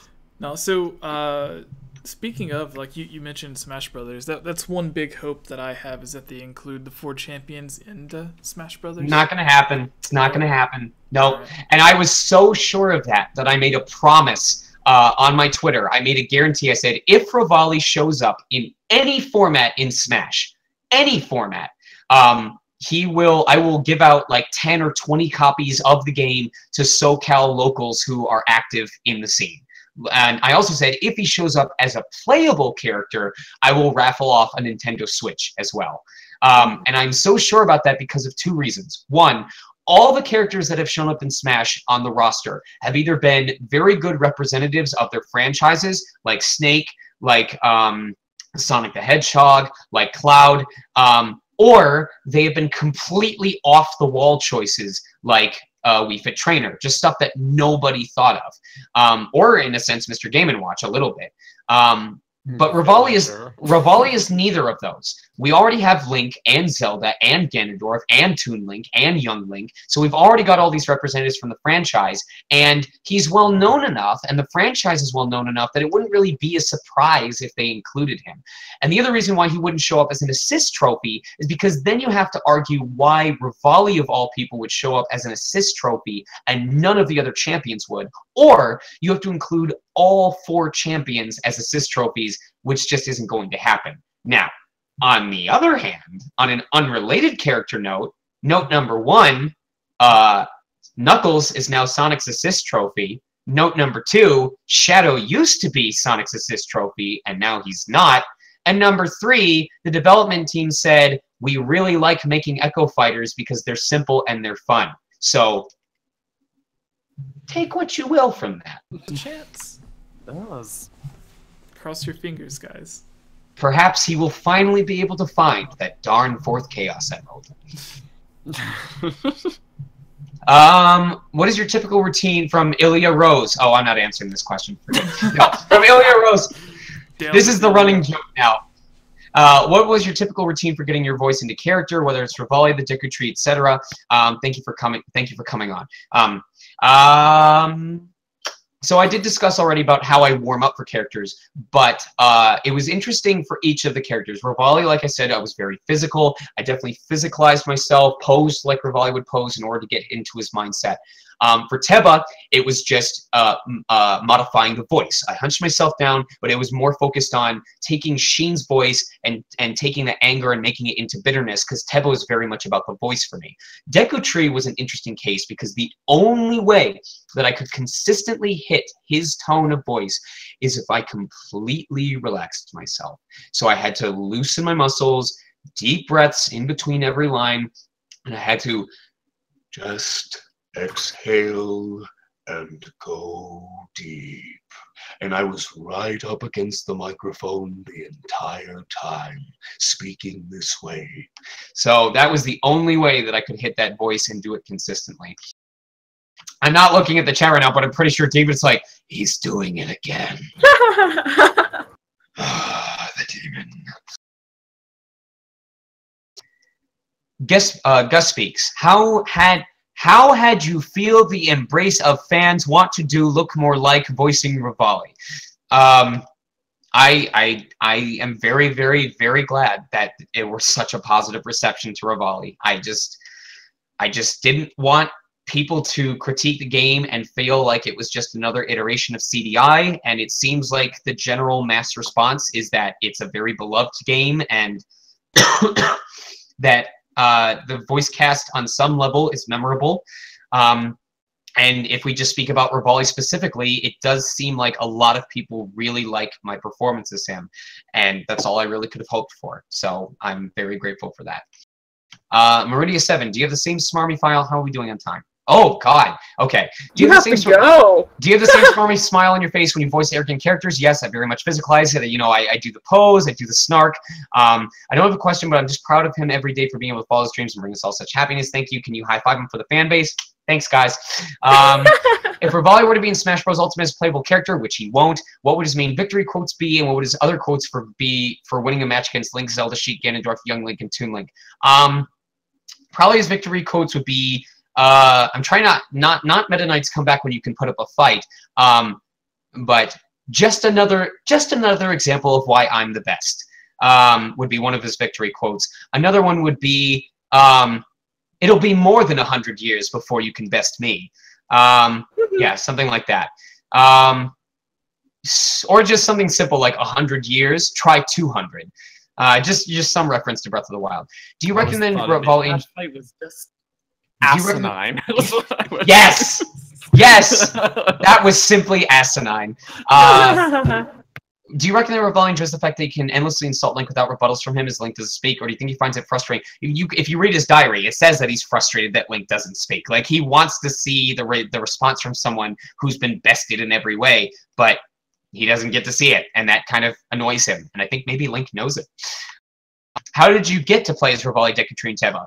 Flo Pollax, we already answered that. Sorry about that. Maybe an animator. What has always been Sean's dream role? I want to be in a dungeon crawler as the main story character or a party member. My dream, I would love to get auditions for Etrian Odyssey Cross X. I really want to be a part of that franchise before it disappears and they just stop making games for it. But failing that, I would really just like to be a party member in a story mode, or when you can create a character, if I'm one of the male voice options, so that you can create someone like me who's fighting alongside you and doing all these skills and exploring the dungeons with you. Dungeon crawlers are my life. I write panels on them. They are the genre I play most often and know the most about.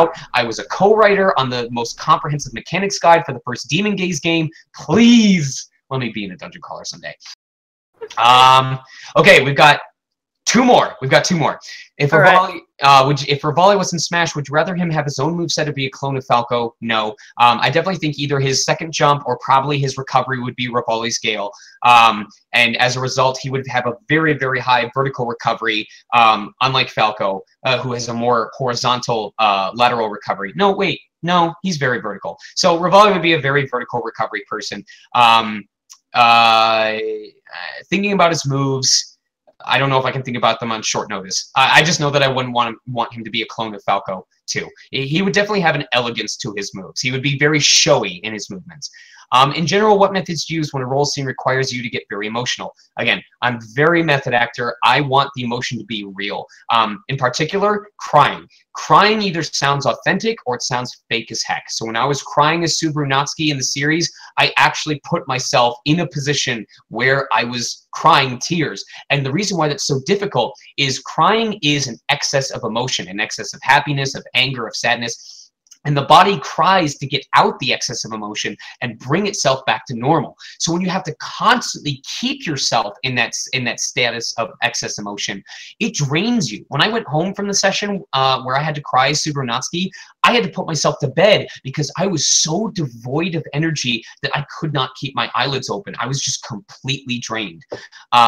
When I had as Range Schwarzer in Trails of Cold Steel 2, when he had to have a very heartfelt scene when he reunited with Alisa, I knew that I had to be very heartwarming, genuine, authentic, caring. So I took the bottle of water that I had been drinking during the session, and I cradled it to my chest, and I pretended it was my wife, and I stroked her head as I spoke the line. I was cooing to this half-empty bottle of water, telling it that everything was fine now, everything would be okay. Yeah. And then when I had to cuss out a character as Santa from 999, the character I was cussing out actually happened to be my vocal director. She voiced the character as well. So I looked at her and flipped her off while I recorded the line, and she said it was great, and we had a great time. Wow, amazing! I can't believe you got through all of those. Boom, boom, boom, lightning round. I love it. Guys. Oh. That was fantastic. I think we just do a round of applause for that. Yeah. All right. So thank you for joining once again. I think I've probably said that about 1,000 times, but it's really great to have you and everybody else that's coming on. So for everyone who wants to follow you on Twitter, or if you have a Facebook fan page and all of that stuff, a YouTube channel, Instagram, where can people find you? What can they find you on? If you want my real, like, behind-the-scenes reflections on life, like, really just me as a person learning about myself and talking about the hardships that I go through, you'll want to follow me on Facebook, Sean Chiplock. I say follow, not friend, because I regularly cull through my list of people who I don't actually know in real life, so I do recommend you follow. You'll still see my posts. You know, I do everything public. I don't do things for just friends, so you'll see everything. If you want my role announcements, like the moment I'm allowed to talk about them, or my giveaways related to the announcements, or just my running trains of thought, you want to follow my Twitter at Sonic Mega.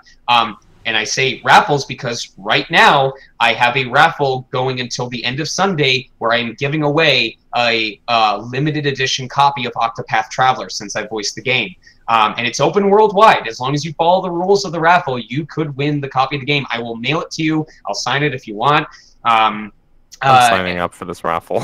and I do this regularly. It's my way of giving back to the fan community because it's companies would not put voiceover in games if they didn't think it was necessary in order to sell it to an audience. So the audience is the reason why my career even exists. So I try to find ways to give back to you guys. Like if I'm going to get a paycheck because you guys make voiceover possible, I'm going to spend some of that paycheck on rewarding the community. So anytime that a game or show that I voice in gets released, that I voice like a named role, I try to find products to give out via raffles. So Twitter, that is where all the raffles happen. That's where you want to stay tuned. And then if you just want to see me crap post and make comic dubs and post, you know, voice clips or voice requests that I do, or just share funny stuff, then go to my Tumblr at Sonic Mega. I'm not as active on there, but pretty much whenever I make a new comic dub, Tumblr is where it goes, and then it gets shared to Twitter. So, yeah. All right. With that, thank you everybody for watching the Mailbag, the podcast. Please go check out the others, and thank you once again, Sean, for coming on. Maybe we can thank have you on so much for making in the time future. for me. Yeah, thank you so much for making time for me. I'm really glad that I could come on. Have fun with dinner. Yeah, have fun with dinner. See ya. Yeah, thank you so much. Take care, guys. All right, bye. All right, see you, Sean. All right, so everybody that's watching, we are going to continue a very quick podcast with Ilya. So, I just feel really. You have that feeling right now? What? Just like talking to Sean. Yeah. Excited? Like, Yes, absolutely. when it was my turn to ask him a question, I was like, I've been so lost in just listening to you talk. I have no idea. Daniel and I get lost when we're talking to cute boys as well. Mm-hmm. Oh. Always. Guys, there's something behind me. There's something behind me too. There's something terrible behind me. Oh my gosh, you can hardly see it! It's watching me right now. What is it? Oh my... What's it's behind? the Fallout mask! Oh yeah, nice. Oh, wow. It's dark in here, so I had to put the lamp on. I've had that on my lamp for All right, days. Ilya, Who's that? if you're watching... Oh, hello, yeah. Ilya! Oh, I need to mute the other thing. Welcome to the podcast. Welcome. Hey, I actually totally forgot that I said I'd come on at the end. So when you were like, we're gonna have someone else on later, I was like, crap! Oh no! And then You're probably like already in your taken sleeping pajamas. pills. No, I wasn't. But I took sleeping pills, and I'm like, Oh, maybe you'll get all woofy. No, we This'll don't be have too much. fun. We're just going to talk about what we hate about Daniel, and then... Yeah, top 5 what we hate about Daniel. Oh, okay. I don't I'm have so any. excited. I've got a lot of things on that topic. Just like, I don't think I could fit them into 5 things. There's easily 26 things. No. All right, so I guess we can get started. Yeah, Right. should we break this into a, like, since Sean is now No, it's just the live stream. not with so us? It's Okay. good.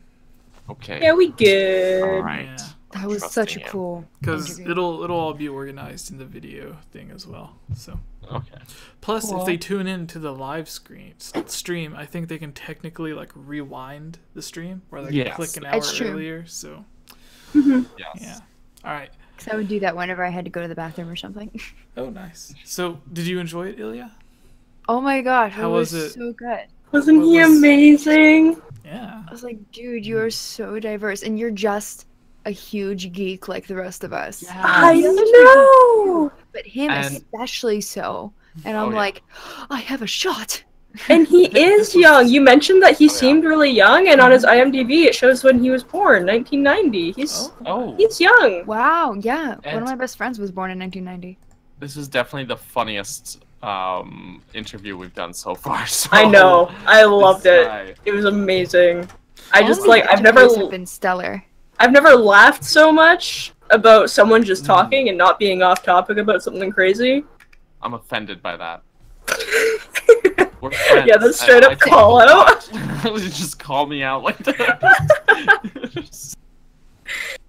Uh, No, Okay. that was let's roll, guys. All right. So we're all good. We're all ready. yes. Yep. Yes. Nice. So, hey everybody, look at this shirt. It's real nice. I'm So- wearing E3. Nice. I'm wearing a Love it. dress. Nice. All right. So, what's up, everybody? I am Jesse, or Game Over Jesse, as all of you may know us. Know me. I'm Jesse, not them. No, all of us. Oh, I'm It says Jesse. here. Yeah. I am also Game Over Jesse. Yeah. So we just finished interviewing Sean, who you may know as the Great Deku Tree. Teba? Don't know how to pronounce it. Teba, I right? always said Teba, but Revali, the champion from Breath of the Wild, the big bird dude. And he also had voice roles in Octopath Traveler, which is also a game that I'm looking forward to. So if you want to go check out our interview with him, where he answers all of our questions, or the Zelda Mailbag with him, where he answers questions sent in by you guys, you can. a lot of them. Yeah, we have, it's part of our Champion series, as I'm calling it. Very corny name, I know, but it matches because we have been interviewing all of the champions and all of the voice actors from The Legend of Zelda Breath of the Wild. And we have some other voice actors coming on in the future outside of Breath of the Wild. Not just voice actors, game developers, and all of that stuff. Because this has been so awesome, we want to continue with games outside of the Zelda series. So, so far we have had Zelda, Patricia Somerset. We have had Joe Hernandez, or Daruk, and Yunobo. Yunobo, yes. Bo. So You you can go know. back, watch those. We just had Sean, who voices Revali, as we just said, and we are going to be having the voice actor for Urbosa and Mifa coming on in the future. Hopefully we'll get Sidon and King Rome as well. So look forward to them in the next coming weeks. I believe Miss Click is going to be joining us for Urbosa, and yeah, so it should be a very, very fun time. So yeah, so getting off topic, the Zelda Mailbag, which we had, if you send in your questions, you can send in your questions by joining our Discord, sending them to us on Twitter, but Discord is the best place to send Jesse, them. What? We got so many questions for Mr. Sean Chiplock. Yeah, How we could we did. possibly get through all of them? Well, you can become a Patreon member to guarantee your question be featured. You can also, if you donate high enough, you can get sent an awesome Game Over Jesse shirt as well. I got one too. So, You don't get this one, but hello. No, yeah. not that one. So, yeah, we have different tiers on Patreon for different things. You can request topics to be discussed. Like today, we're going to be discussing the top 5 things we love about the Zelda series and the top 5 things we hate about Daniel. No, the Zelda series. Rude. So you can request your topics, and you can ask your questions at different levels, and of course, you will get a shout out whenever we do your question. So on the upcoming Zelda Mailbags, where the voice actor will be answering the questions, you'll even get your name and question read off by them. So it's really, really, really cool, actually. But our Patreon supporters for this month are... Who we love, by the way. Yes. So our new Patreons are Jacob, or J-Link, as everybody may know him. We have Michael Elmer, a brand new one, a bootleg boy who recently joined on Discord. And then we have our longtime supporters, Gus, Justin, That One Pancake, Key of Time 15, Monica, Casey, Link Used the Triforce, Megan, Lunarium, Robbie Morgan, shout out to us, Rusty, and Lovable Christy. So yes, thank you all for your very charitable donations. It is appreciated, and it buys all of us food and milkshakes and diapers. All right, so our first topic of the day, Daniel, would you like to take it? Absolutely. You mean the Nintendo news or the topic? Nintendo news. The Nintendo news.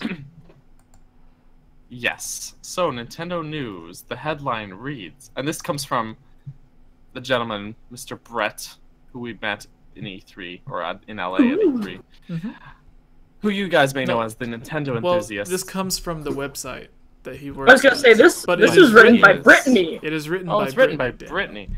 Oh my goodness. Who I do not know, but we do know. Well, Wait, this is Brett's website? No, he works at Oh. the website. He works here. He runs. Oh, He runs okay. the YouTube channel. So if you go to That's their what I'm YouTube thinking channel, of. he is the face of their YouTube channel, kind of like Daniel's Right. our face because he's so beautiful. What? What? I didn't. I say guess that's anything. not in the top 5 list of things that you hate about me. This is my beautiful face. Okay, but anyways. Nintendo Enthusiast reports Nintendo confirms forthcoming Mario Kart 8 Deluxe DLC. So the article reads, have you been aching for more content in Mario Kart 8 Deluxe beyond the recent addition of Nintendo Labo support, which is still just strange? It looks like you're about to get your wish. During a clip where Nintendo Managing Officer Shinya Takahashi discusses some of his favorite Nintendo Switch titles, he announces that there's more to come for the game in the future, and it's going to be exciting trying to speculate what that may end up being. There will be further updates from Mario Kart 8 Deluxe, so please look forward to it, Takahashi stated, after briefing viewers on the new functionality of Nintendo Labo's motorbike project. Sorry. And the article just goes on to state that he didn't really elaborate further than that about what that Mario Kart 8 DLC would be, but that's what we're talking about now. So, Oh, and at the end of the article, it mentions that there's a Mario Kart mobile game in the works. Oh yeah, there is. please Yeah. no, There's Yeah. also don't want that. I don't know if it mentions it, but it's coming to Europe. I know it's in Japan, maybe some other countries as well, but it's coming to Europe, I think England, some other countries. The Mario Kart VR. So like you can sit in a chair, put on a VR helmet, and it's part of the Mario Kart arcade cabinets that they've had, which is they've had them for a long time. It's I forgot what it's called, but it's a partnership with Nintendo, Capcom, and Konami, to where like Pac-Man and a bunch of other Capcom and Konami characters appear, but it's Mario Kart, but it's just like an arcade cabinet where you sit in the chair, and the newest version is the VR. So like you can reach up and tag one of the question blocks, but that's different news for a different time. So Daniel, Yes. what are we talking about? Mario Kart 8 Deluxe DLC coming.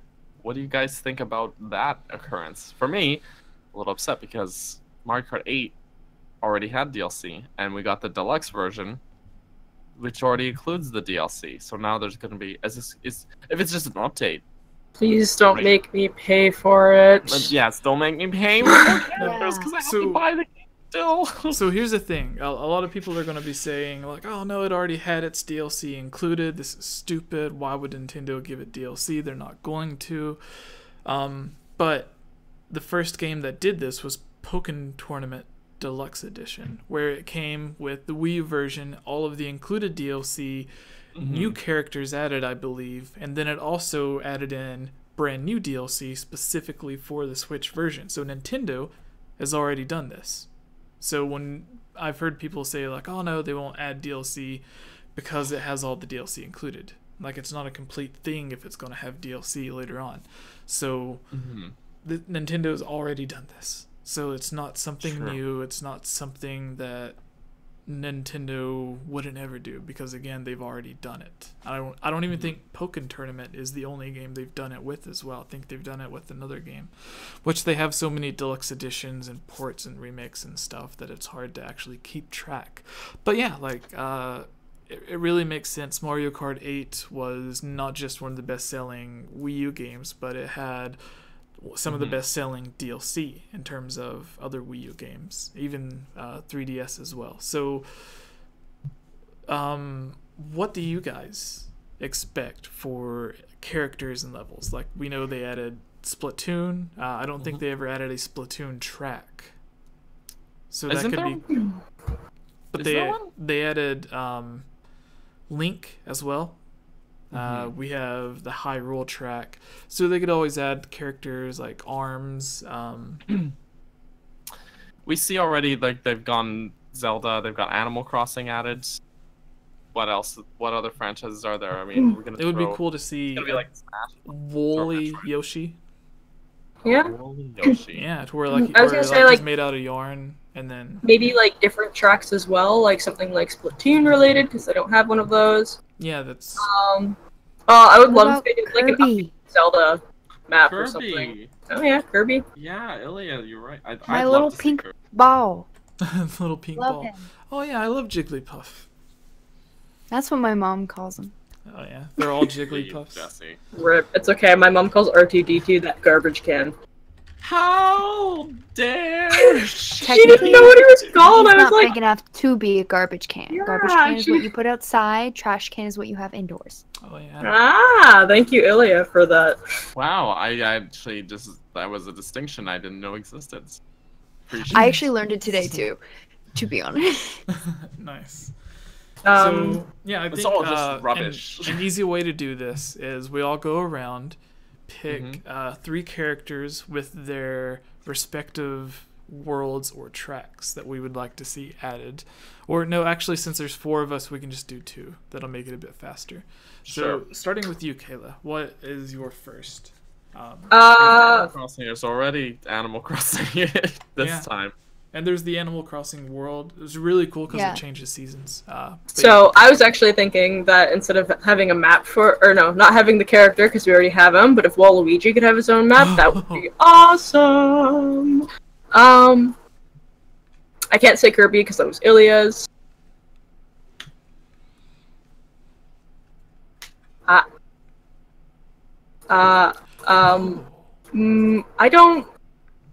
I don't know. You can't think. Well, I guess Yeah, I'll just I go can't instead. think. You know what? Maybe like on, ARMS Kayla. characters.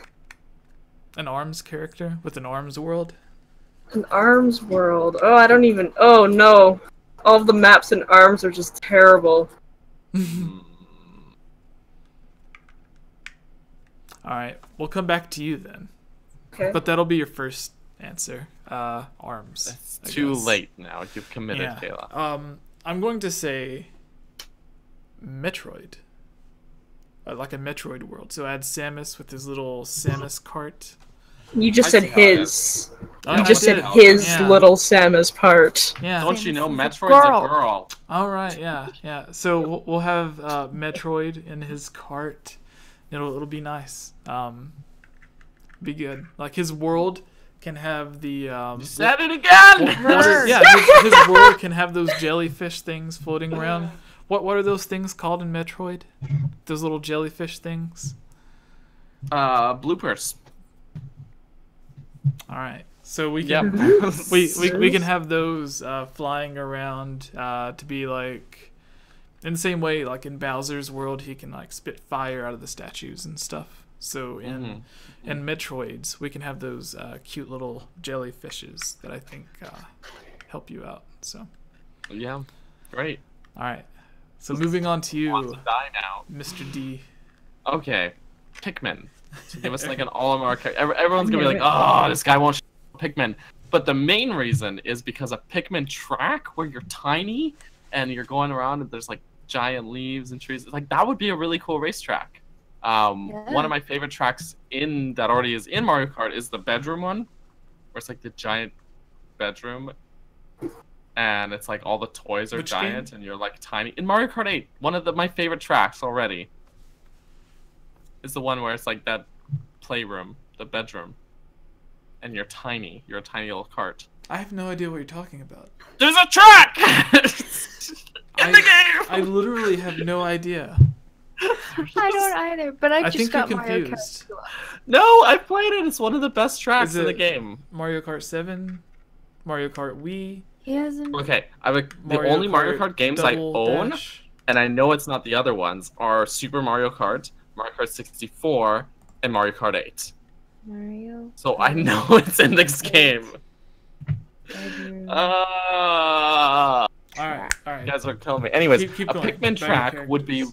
would be very cool because, and that's the main reason I would want like Olimar or Alf or the other Pikmin characters in it, is to have a Pikmin track, because it would be just so cool. Like I love that like perspective shift. You just have giant stuff, you know, because you're just a tiny little kart racer. Yeah, It'd like be Toy fun. Story.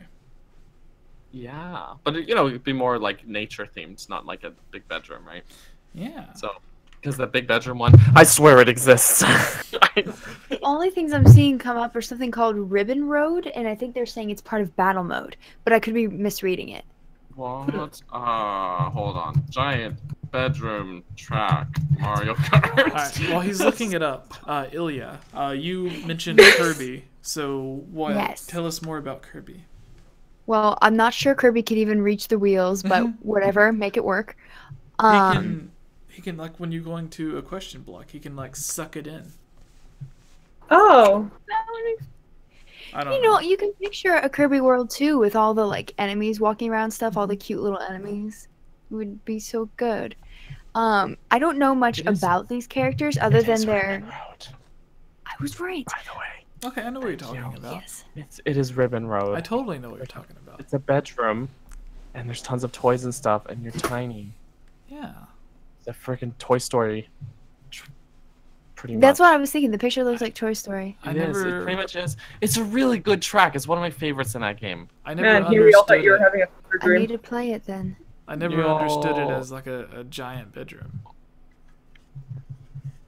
There's Maybe, toys. maybe I'm just so focused on winning that. Oh, That's how I get. Because everyone schools me at Mario Kart. Yeah. See, we need You to be could more like probably Daniel beat and me. like take a look at the scenery as we're going by. Yes, there's so much detail in those tracks, guys. There's so much going on in the background. You gotta just... Hyrule Field has rupees instead of coins, Yes, I love it. Yeah. It does. which I don't know how this would work. I don't know much about these characters other than that they've been in Smash and then they're going to be in this new one. But what if they added the double dash feature back and they added the ice climbers? Oh my gosh, please give us Double Dash back. Please. Oh. That's DLC, a double dash mode. That would add Please. so Like, much just as an replayability. option, you know? Yeah. That would add so much yeah. replayability to just Yeah. the entire game. Like just adding in that mode. You wouldn't even have to bring in new maps. Just bring in the mode and it's a completely different game. Yep. Oh my god. Ilya, I love you.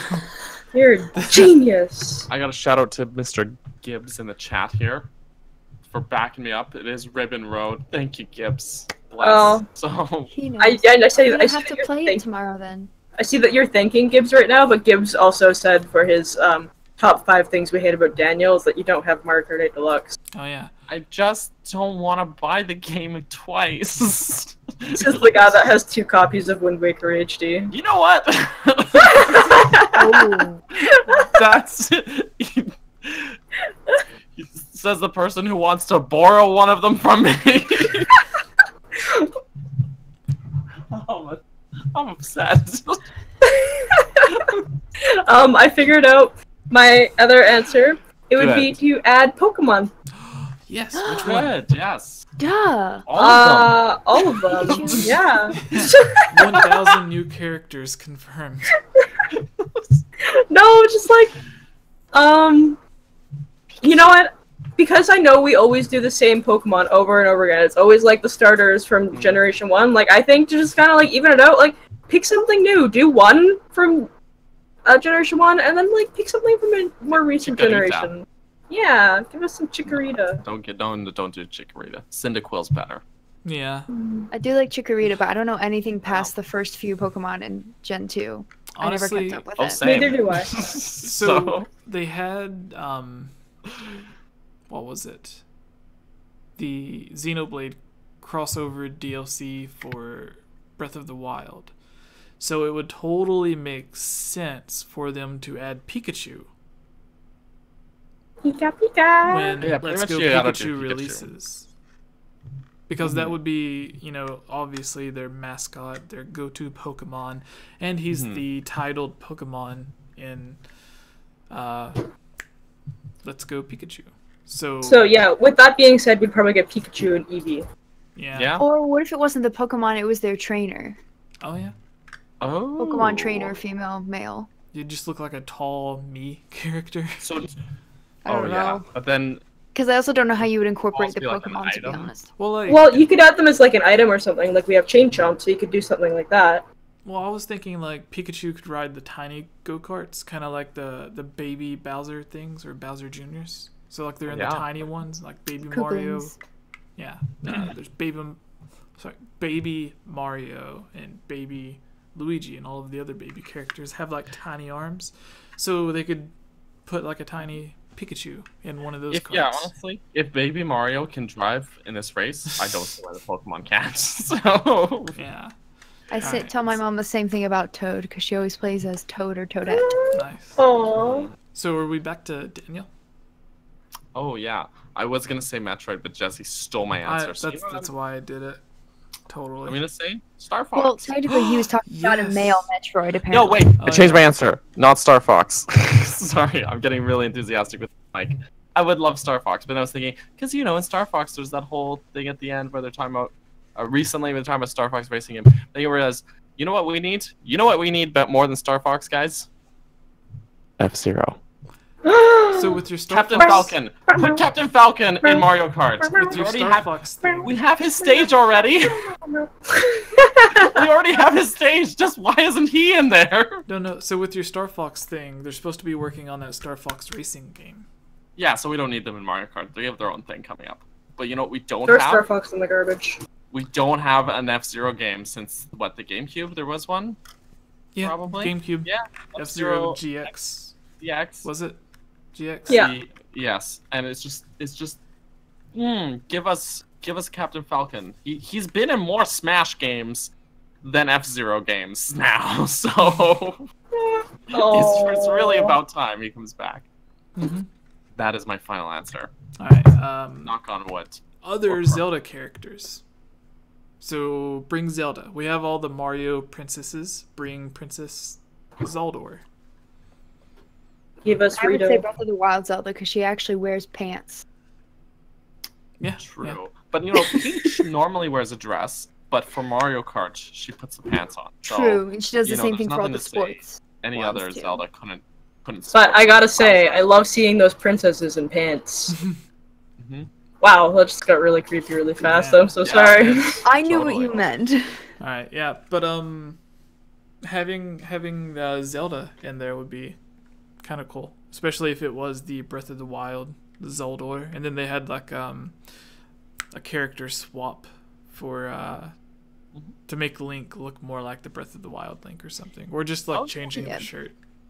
Or you could have it like a character, like if we're doing that, so you have your standard, or so it's Skyward Sword Link, but you have Link, and then Breath of the Wild Link has like basically a costume swap. Why not with Zelda? The same thing. You have Breath of the Wild Zelda and a classic Zelda, like maybe. Yeah. But yeah, I was gonna say like Shy Link Guy and to Yoshi Brooks. already have the skin swap, so why don't we do that for other characters as well? Well, Yeah, the new Zelda that they're putting in Smash A Bros. Link Between Worlds Zelda, which Oh, yeah, is Link Between also Worlds. inspired by the concept artwork for A Link to the Past Zelda, really. So it's identical. Yeah, But essentially. anyway, so. Mhm. All right, Ilya, take us out. What? Yeah, you're the last. She's gonna one. take us out. Take us out to dinner. No, you already did too. Yeah, she did. Kirby, and then I said if you did the double dash version, Oh, maybe yeah, for on Ice yeah. Climbers. I don't know why. Okay. Yeah. Yeah, that was all for that segment. That was a good answer. All right. Good job, everybody. I'm very proud of Yeah. myself. We Look did at it. us We did go. What's the time of limit? our podcast that on we that? every week. I don't know. 26 minutes. Okay, so Kayla, do you want to take the next one? Yeah, I'll take it away. Woohoo! Let me open. I also have a microphone in the way of everything, so this will be fun. Woohoo! Alright. So, from Nintendo enthusiasts we have, Panic Button plans on bringing more games to Nintendo Switch. La-la-la. So, when it comes to making Switch ports of games, developer Panic Button has been the go-to company for Nintendo so far. Recently, it was announced plans for a port of Warframe, which will not be cross-platform. Other games that have ported over to Switch includes Rocket League, Doom, Wolfenstein 2, and Oh, and if you're wondering if the awesome-based company is going to take a breather, the answer is no. So, just kind of skimming through because I feel like a lot of... It's a very speculative article. Yeah, it is. A lot of it's just kind of talking about, like, the co-owner... Could they had, we like... see it come to Switch? Maybe. Yeah, Very it's like... speculative. Any more projects for the Switch in the works? And he responded, ton. So I don't know what that means. Yeah, so the thing is, like, it goes on to, like, rumors about, like, Ubisoft porting, like, Assassin's Creed Origins and stuff like that. So, with him, this kind of goes with, what is it? So, last week we had the news where they said there was a lot of first-party games that were unannounced that were going to be coming to the Switch this year. And this company is saying that, you know, they're still working on tons of ports for the Switch. So I wanted to kind of take this in a different route, which is what are some remakes or ports that you would like to see? Not just this company do, but other companies as well. Like, it could be anything from the GameCube, Wii U, that you would like to see remade or ported to the Switch. Because there have been other rumors that there was tons of Wii U ports that were still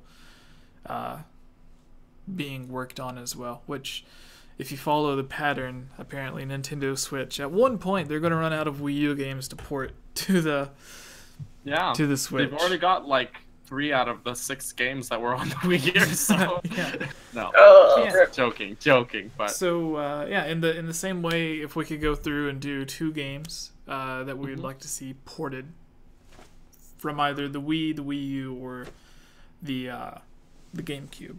So it doesn't necessarily have to be current games, but yeah, I guess we can do that. So one current game that's not on the Switch, maybe. How do you guys want to do this? Sure. One current, one old. Oldie. One oldie but a goldie. All right. So yeah, we'll start out with the retro game that we would like to see ported. So like Wii U to GameCube. Wii U is retro now?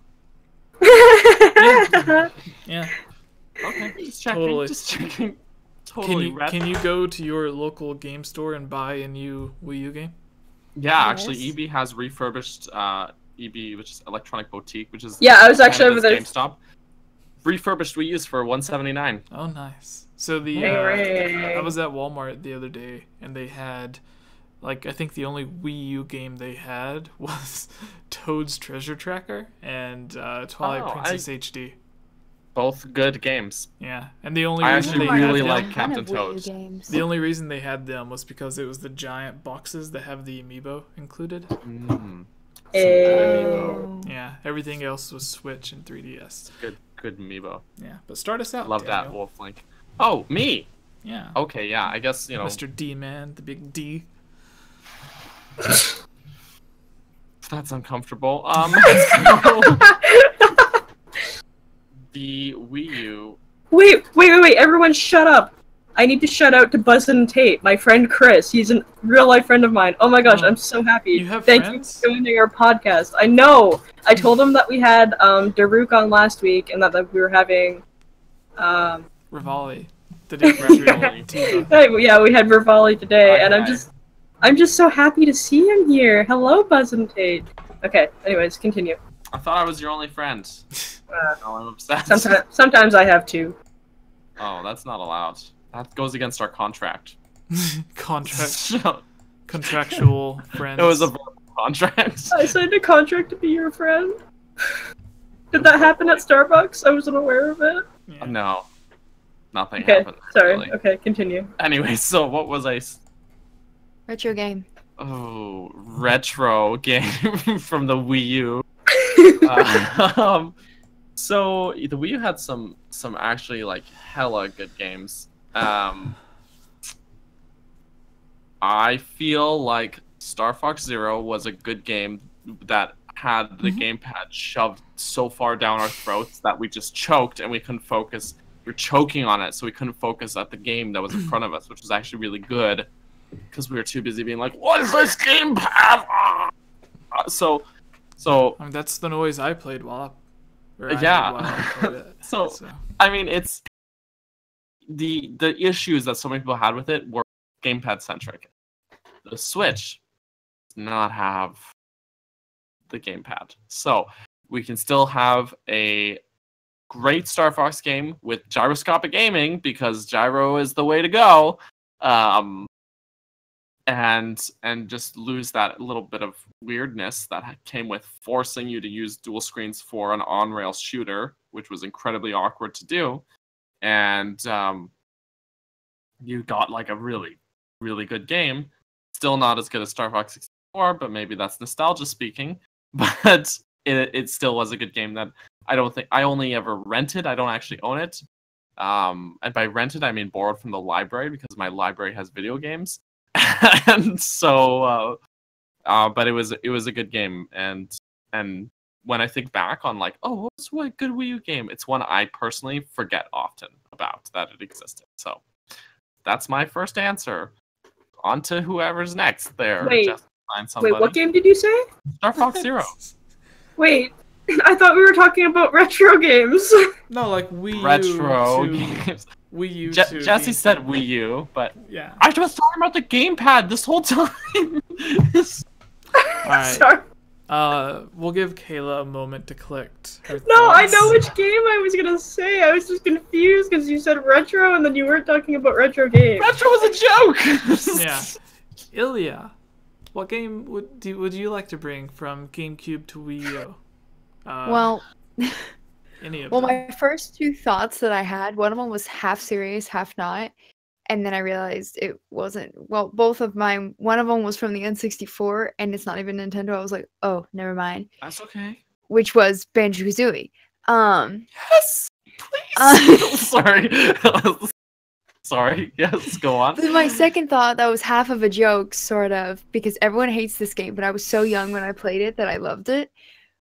Which was Super Nintendo Mario Paint. Oh, I used Who to hates have, Mario I had Mario Paint? Paint on emulator for a really long It was time. great. Who hates But an that game? actual. So many people were like, that was such a piece of trash. Why was it on the Super Nintendo? And I'm like, excuse me, I was like It 8 when I came had with a that mouse. system. It was cool. And the fly swatting game made me really anxious, but I enjoyed it. Okay. I'm appalled that people didn't like that. And the Music Maker. That was my thing, man. It sucked, but I loved it. But actually picking one from the GameCube as my retro game, I don't know. I would say, I think I've mentioned this before, Super Mario Sunshine. I love Sunshine. Yeah, I would love to suffer and take that on the road with me. Yes. I love that game. Yeah. Until Mario Odyssey, I hadn't played one since then. So. Sunshine, if they did remake it or port it to the Switch, I would want them to hire very confident developers. I wouldn't want someone that was like to bring it over and then it'd be like a really crappy version. So. The reason why I think it's good that you say that is because if you recall playing that game is broken. you do something and then something happens and you're like, wait, that didn't actually happen, but why did it happen? And I know because I got Cameron to play recently, and he was like, dude, like, I don't understand. Like, that, I didn't do that. And I was like, oh, that's just Nintendo. Nintendo hates you, and they like to intentionally make things glitch. So if you port it over and you get someone bad to do it, it could be more of a shit show. Yeah. And Could you be a could great use the opportunity to gyroscope for when fix- you're aiming Flood. Yes. Yeah. Give me a gyroscope. Please. Which I actually have a friend that I call Flood because her last name is literally Flood. Flood. Oh. Nice. Do you pick her up and wear her as a backpack, and then Oh, I have. No. no, this analogy is She's taller getting than weird. me. When I was in middle school and high school, I had a friend with the last name Flood. But I never thought about calling her Flood. So, Well, Huge we had missed so opportunity. many girls in my theater department and of our friend group that had the same first name. She was one of them, so we're just gonna call you Flood. And, So How do you bring to it? I'm really having a really hard time with this because personally, I would love it if they did Mystical Ninja Star and Gomon. yeah, that's Because- what I brought up on the one. I say that because like I can't play an emulated version of it. It's broken, so I would love it if someone could actually just take the game and bring it to a current console. Other than that, I would say WarioWare. I would love it if we got a Which one? WarioWare for Switch. Mm. It doesn't matter, literally any of them, because they're all great. I think Cameron is really agreeing right now because he is rocking back and forth in his chair. oh my god. All right. You've had all this time to think, Jesse. I know. Yeah. Sunshine would be really cool, but I'm gonna go.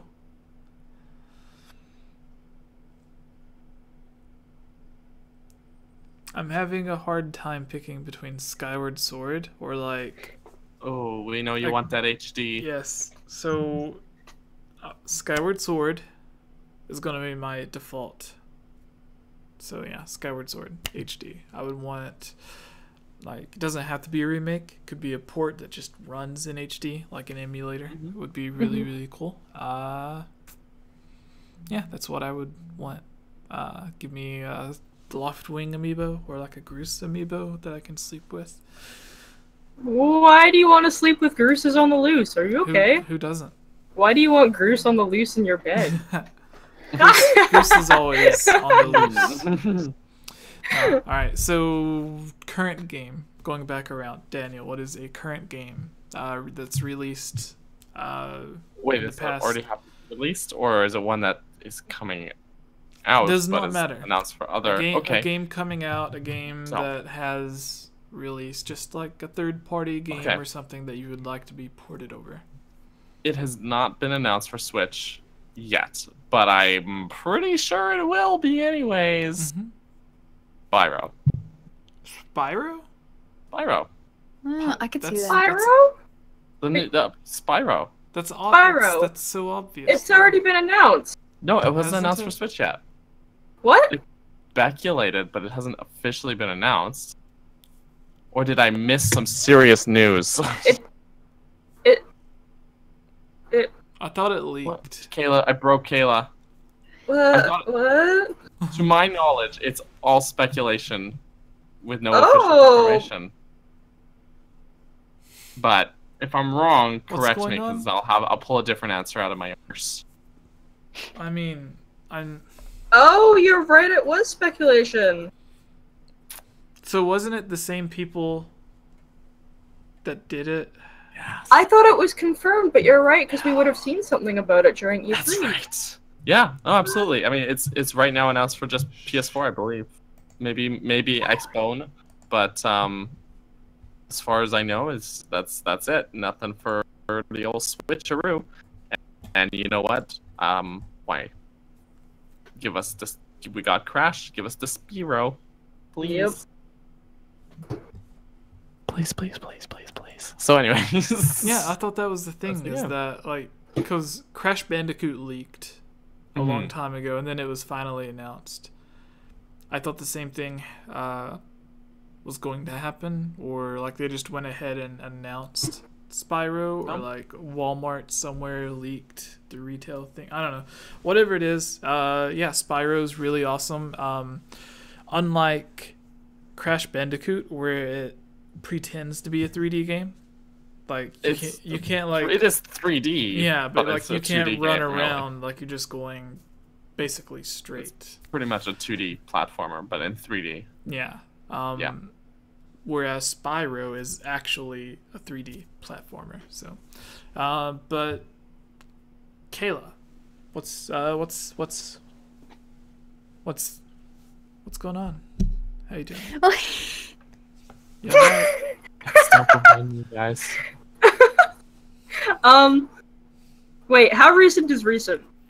Like within the Yeah, past... my recent game isn't recent. This console generation, actually. Yeah. Could be like, So no, okay, so I don't yeah, know. PS4. They had to have released during the PS4 era. Oh, that's pretty reasonable. So, the past 4 you know what? years, I guess. I'm actually gonna say Yoshi's Woolly World, and I say that because I don't have a Wii U, and I love Yoshi, and I'd really like to play it. Did you play the 3DS port? No. I had all the extra stuff. Oh my gosh. By far Okay. the superior edition. I played a demo of it. Like, I remember I went and I played a demo of it, and it was funny because I was playing this demo, and the person that I was there with, he was like, dude, have you played this game before? And I was like, no, I'm just familiar with how Yoshi games work. What's your problem? Jesse, why are you getting closer to the webcam? Stop, you're scaring me. I was trying to stop. listen. That's how it works. You just get close to the camera. You can hear it You better. listen through your webcam. Yeah. It's like Oh, when no, you turn that's the a good radio pick. down so you can see where you're going, Exactly. which I do consistently. Me too. Well, Yoshi's Woolly World's a really good game. Okay, I have both versions, 3DS and Wii U version. Which do you I like more? prefer the Wii U version. How's the bottom And- screen on 3DS? I was gonna say the it's bottom just like a screen on the snap- Wii U. Like The the Wii heads-up pad. display. Okay. That's all it's really used for. I trust you. But the Wii U version I think is the better version, even though the 3DS version technically has more in it. Yeah, it's like the Game Boy Advanced version of Super Mario Bros. 3. Has a ton of new levels. That you have to take into account the screen crunch. But screen crunch kills me because when you have a console game and then it's moved to a handheld, they always screen crunch it, which means that the area who are confused watching this, the area that you can actually see Is a lot like smaller. that smaller. So imagine if what you're seeing on my webcam right now is a console game, and then we port it to handheld, and you can only see now this much of what's going on, and Poor Daniel It's, to it's zoomed in. it's zoomed in, and it can really kill a platformer, especially if you cannot see what is ahead of you. Also, the Imagine- yarn aesthetic looks so good on Wii U. It looks really good, and on 3DS it looks like bad Garbage. words that I was Yeah. gonna say. I know, I could Really- see them forming. No, so if you Good.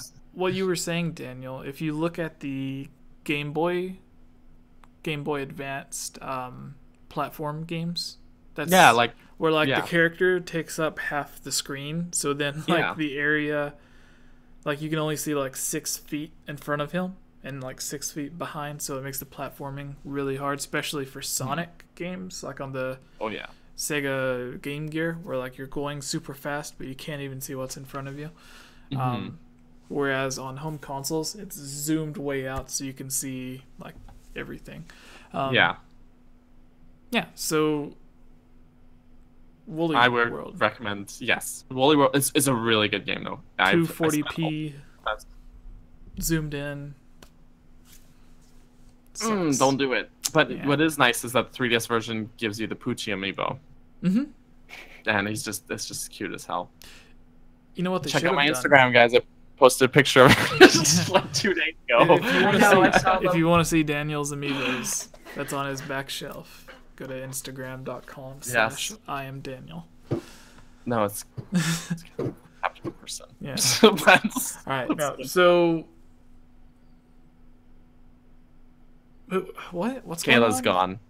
Kayla? I haven't answered yet. Kayla answered, but then Kayla. Daniel started talking about it. I was elaborating on her answer. Sorry, I She didn't said mean to. Bully World. I said, that's a good game. Then you Yeah. started asking questions about the game.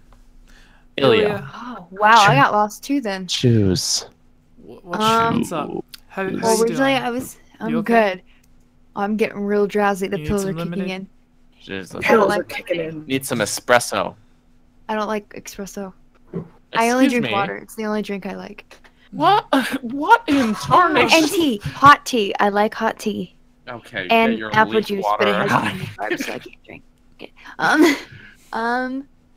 I was thinking about like Wii Fit Plus and stuff. I know I mentioned that in another podcast, but that's older.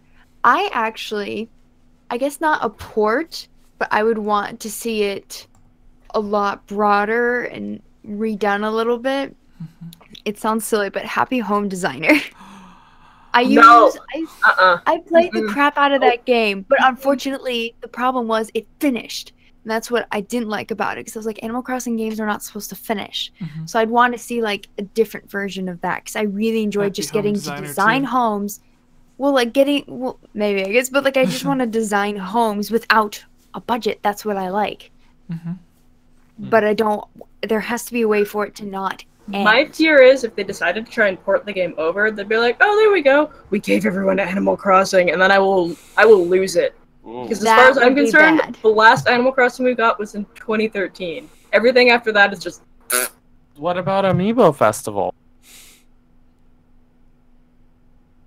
I'm convinced that was of the devil. I feel like Daniel and I are actually making eye contact right now. I know, it's great. Or they should do this.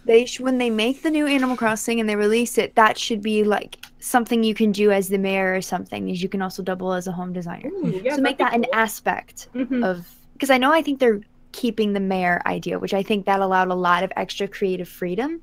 I love that part of New Leaf. So maybe add it to Animal Crossing, because I recognize that fear. That makes sense. All right. That would piss me. Current game for the Switch.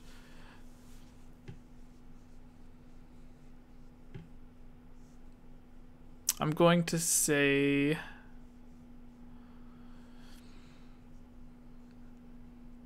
maybe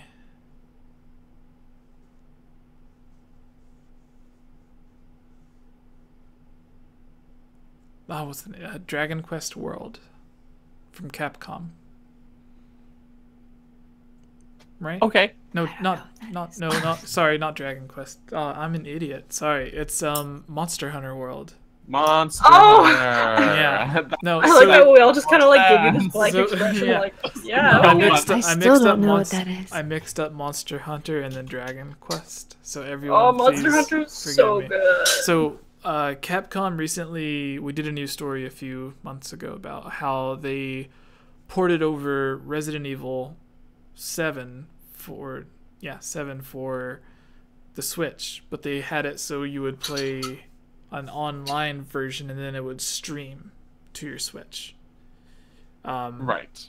So you weren't actually downloading the real game, because technically speaking you would be playing a very crappy version, because all the settings would be really low and the resolution would be really low, so it would be like you were playing it on a Nintendo 64 basically.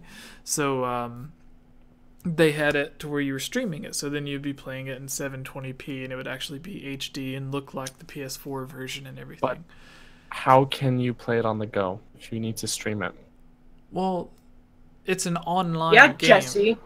Monster Hunter World is an online game. So That's like you them would bringing need to have Fortnite to the internet. Nintendo Switch. No, so you would need the internet connection to play it anyways, Sure. because it's an Sure. online game. Okay, sure. So, yeah, you'd be streaming, like, if you're in a situation to where you can play it online, then you would also be in a situation to where you can stream it. So True. you need the internet connection either way. Hopefully a good one, because Yeah, because you're not only Good. streaming the game, you're also yeah. So it works out. It works out.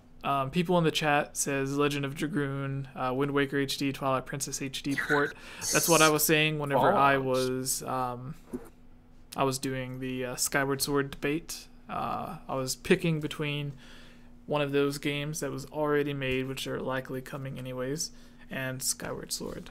And I just went with Skyward Sword because it's not in HD yet. But if it was on the Switch, Wind Waker HD especially, that means Kayla would just get sent a free copy and she wouldn't need to borrow stuff from Daniel. I don't get sent free anything. Hello? She gets loaned stuff, I guess, loaned. technically. You'd get. Oh no, the games are like they gave me game codes and they stay on my Nintendo account. Oh, okay. But You that's get free what- games then. That's what I was saying. Those are free games. They would send you the free game. They're free stuff. Don't sell What? yourself. If it's not a multiplayer game, I won't get it. I'd give up my like dental for that. No, Actually, it's multiplayer. You can put the Actually- messages in the bottle, throw them in the ocean. That's multiplayer, right? Miiverse, I'm amazed, astounded. Miiverse, guys. Rest in peace, Miiverse. So, Yeah, I had friends that worked Rest at in Miiverse. pieces. Now I don't know where they work. Where they Probably just switch to still- different departments. Where they just sorry, They're we just don't let need go. you anymore. you're Now obsolete. they're probably moderating the Splatoon 2 stuff that you can write. But just that. Yeah. Well, Alright. no, Mario Maker still uses like some online stuff, so they're probably still doing that. 52. I don't know. I don't know things. You don't. So that's the end of that No topic. things. Great! We did it! Yeah. All right. So let's try to get through this really fast. So, what's up, everybody? I am Jesse, or Game Over Jesse. As all of you may know me, here with us is Daniel, Kayla, and Ilya. We just had the voice actor for Revali, the Great Deku Tree, and Teba on the podcast and the Zelda Mailbag. We talked about some awesome stuff. He answered all of the questions, literally all of the questions sent in from everyone. But now we're going to be talking about the top 5 best things that we like about Zelda. Next, we're going to be talking about the top 5 worst things about Zelda. So if you see this video, don't think we're biased, that we're just talking about why we love it. We're also talking about why we hate it. So, starting with Ilya this time. What is the absolute best thing about it can be the entire Zelda series, or Yeah. it could just absolute be best thing? one specific thing. Like you could love, See you could Ilya's love. eyes widening. No, so you could love the fishing minigame. Like, You could, You could love Tingle and it'll be part of the top 5. yeah, exactly. Kula Limpa. Or like you can love the fishing minigame in the Wind Waker, or not Wind Waker, Ocarina of Time so much that is the best thing about the entire series. So it could be something about one specific series, or it could be something about the series as a whole. the So- music. The music. The music. Music. Because I am a firm believer that any and all forms of media, music can make or break a product. Mhm. If your music does not fit what you're trying to portray, it takes you out of the moment. And when the music is spot on, it is freaking spot on. Wait, can you not hear me? Jesse, No. do you No, have we a- can. No, I wanted to bring up. Oh. You recently had a video covering this in depth on I your did. channel. My last video So everyone- covers that I liked. yeah. Where can people find that? You go to YouTube and you type in Ilya Rose, 2 words, Yeah. and you search for my face with elf ears. I think I'm just doing this, but the cover photo is me looking off to the side. Yeah. Um, All right. but So tell us yes, about the I use- music. like I said, it can make or break something. I mean, these are movie examples, but I mean, like, Guardians of the Galaxy, they are known for their 80s music, Mhm. and bringing classics back. I'm a huge fan of the music that was done for the Hunger Games. It was the perfect score, I think. There were flaws in the movie series, but the music was spot on. And for me, a game that has bad music will take me out of it. For example, I got on eBay Kirby's Epic Yarn. I tried so hard to play that game, 10 minutes in, I said, this is crap, and I couldn't play it. And I know I just offended a million people, but I couldn't because I hated the music, and it made me feel like I was a 2-year-old, which Kirby is for a younger audience, which is why I'm good at it. But I hated the music, and that's just my opinion. But for me, I feel like that's more of just an example of how it affects me. Because I hated the music and it felt more childish than normal, I couldn't play it. I know it's a good game. I just couldn't get through it. It's a shame about that, yeah. too, because Kirby music in general is bad. But What? that game is an outlier, I think. Yeah. Yeah, so... Yeah. All right. Yeah. Good answer. The music is good. I think Ocarina of Time. It's hard to pick like which game has the best music because I think of like Skyloft. Jesse, you're cutting Can't out. hear any of that. I'm cutting out. Yes. Okay. Can sort of hear you. Okay. Sorry. What? What? I don't Yes. know. So, can you hear me? Yes? No? Yes. Maybe? Okay. I was gonna say it's hard to pick a specific Zelda game because all of the Zelda games have very different music that are all great in their own way. Like Spirit Tracks sounds amazing. The theme song from Spirit Tracks, really good. Ballad Yeah. of the Goddess from Skyward Sword, Breath of the Wild's theme songs, Ocarina of Time, Majora's Mask, Wind Waker, Twilight Princess, like Ordon Village, Skyloft, are some of my favorite. But anyways, moving on. Well, since that was your thing, Illy, what game would you pick to be the best in terms of music? And then we can go to Kayla. Gosh. Because they all fit them so well. I feel like Ocarina of Time nailed the nostalgia. Spirit Tracks, I don't know what they nailed, but they nailed it because I love that soundtrack. Skyward Sword really got me with their soundtrack. Skyward Sword, Except for there's one dungeon. epic I think music. it's the second dungeon. Earth Temple. No, wait. It's one of the ones, the desert one, the Lanero mining facility. Mm-hmm. The Yeah. music starts in, and it's like I want to take it. It's like if I'm wearing headphones, but my headphones actually had sewing needles in them, and I put them on, and it just like stabbed me inside my ear. And then someone came and was like, "Is something wrong with your headphones?" I tried to lift it out, and then and I was like, "Oh!" And they're like, "That was funny," and they just kept doing it over and over again, and just stabbed my ears repeatedly. And I'm trying to focus on this game, and the puzzles are actually really good and unique, and the gust bellows is a really neat item and stuff. But all I can hear is a "ow, ow, ow, ow, ow, ow," because the song is so annoying. So Oh my gosh. I don't feel strongly But yeah, like too strongly about that. But the rest of the soundtrack is actually really good. Yeah, they used a full orchestra, which was great. Breath of the Wild, despite First it time having ever. a significant lack of music, they still nailed the aesthetic and the atmosphere they were going for. But if I had to pick one, and it's music that usually teeters to make this my favorite overall Zelda game, would be Wind Waker, because I am a sucker for Celtic sounding music, but also Dragon Roost Island. Yep. I just Magnifique. love the music in that game, and it fits so freaking well. And again, more Celtic sounding, which, All right. melts me. So, So, Kayla, Miss Tube, what do you love? Again, it can be a very specific thing about a very specific game, or it could be the genre as a whole. Can Groose be my favorite? Yeah, yeah. Yes. We can call up Mike, and you can thank him personally for Groose. But in all seriousness, it would actually probably be the side quest. That's my favorite thing about it, because it's like there's always a main quest to do. You know what you're supposed to be doing. But with Zelda, it's like, okay, so I've done the main quest, a couple times at this point in my life. I'm going to wander around and see what else there is to do. Like, there's like so much endless opportunity with Zelda games. Like, you can't really get bored of doing them because they fill the space with so many NPCs and so many things that can be done for them. And I guess, like, personally, one of my favorites would have been, like, Ocarina of Time. Like, I love the Happy Mask Salesman. I loved running around and just, like, doing those stupid little tasks for him. Mm-hmm. So much fun. So, would you say that's your favorite side quest from any Zelda game? I mean, So, just like we had it's the one Ilya that... pick yeah, her sorry. favorite It's the one soundtrack, that comes what to would it mind first, so I'm going to say yes. be? All right. Because I can't think of any other ones right now. Mr. Daniel. I want to say the puzzles.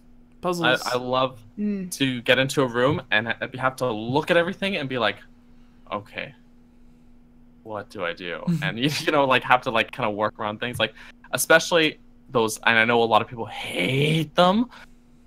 Sliding ice block puzzles, that's my jam. I'm like really good at those. Okay, I have a board game version real of the so thing good at like those. that. I love it.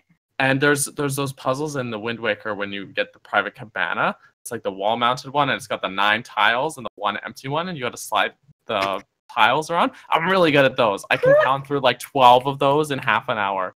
I can I'm like for real, like I love that stuff. I love when you walk into somewhere and you have to look and like, okay, you're like I gotta buckle down and really think about this, and it challenges me in a way that a lot of the other stuff doesn't, because it's like combat. Most combat in Zelda is not challenging. The Breath of the Wild is kind of an exception where there are some challenging combat in that. Skyward Sword has very interesting combat because it's motion based and very precise, but most of the other 3D Zelda games, the combat is only interesting when they have like a specific thing. So, but the puzzles where you have to stop, you have to think about what you're doing and everything. I love that stuff. I'm all over it. So that's my answer. So who's next? Was that Jesse? Wait, Jesse? Me, I am next. Who's Jesse? Right.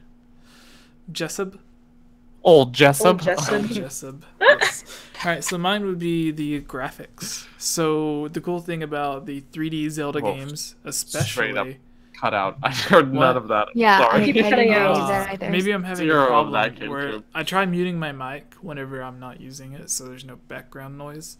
But I'll just leave it on, I guess. So it doesn't, because it keeps cutting in and out once I turn it back on. But the graphics, especially with 3D Zelda games, they've covered. It's really one of the only gaming franchises that has ever done this, to where every single game looks different from the last, because most games like Call of Duty, Battlefield, they always try to be as realistic as possible. Then there's games like Ni no Kuni, I guess, that try to capture like super duper cartoony art styles, and then like racing games always try to be realistic and stuff. Final Fantasy always has like the highly detailed anime look, but The Legend of Zelda captures almost everything. Like I don't even know what to expect if Nintendo changed the art style again, because they've already covered everything. They've already had like a realistic art style with Twilight Princess. They had a cartoon art style with The Wind Waker. They had the manga art style where they tried to make it look as close to the artwork as possible with Ocarina of Time and Majora's Mask. They had Skyward Sword, which was based off of a painting art style. Impressionist painting, specifically. And then they had Breath of the Wild, which was based off an anime art style. So it's they said it's like open air style painting as well, but it is also very anime and very detailed. So so it's like, where could they even go next? Like the only choice they have is to try to make like a fusion of the art styles they've had, like make it look like Breath of the Wild but a little bit more realistic, or make it look realistic with like some sort of artistic style behind it. Like they can only do so much, and they've already covered basically everything. Personally, I would like to see them do something similar to Final Fantasy, to where it would be the mix between the realistic Twilight Princess and the anime style of Breath of the Wild, where it looks like a really high detailed anime look. So yeah, like I just like the art style, because every time it's something new, unique, and different. So yeah. And for the fifth thing, I guess we can come up with something together. So does anyone have any suggestions? Gross. Gross. I was gonna Bruce. suggest the story. The story. Yeah. Yeah, the stories are always Yeah. great. Story, the Probably lore. because like it's literally the last thing they think about, and yet they make them work after they've already decided everything else. That's true. And they And still so make much work. of it is like built into the world building, and it just like it. They don't put a story in without it fitting that specific type of world as well. Yep. And like the different maps or the different Hyrules that have appeared canonically are the same place mostly. Spirit Tracks kind of being a weird exception, but Well, it's New Hyrule. so different from each other, and the way that they build that, the story, it fits so well into those locales too. All right. So Yeah, no, I totally agree, Yes. because it leaves all of these empty spaces for us as well with their stories and such, that we as the fans just kind of, we fill it in. That's true Yeah. as well. They have enough story that like people that just play the games casually and don't go crazy about the lore, like it's still good enough story for that, but then there's enough for us to play around with, those of us that like, you know, to collect all 3 of the books and everything. And what other franchise has a community like Zelda where people can make their living just talking about the lore and the stories of these games?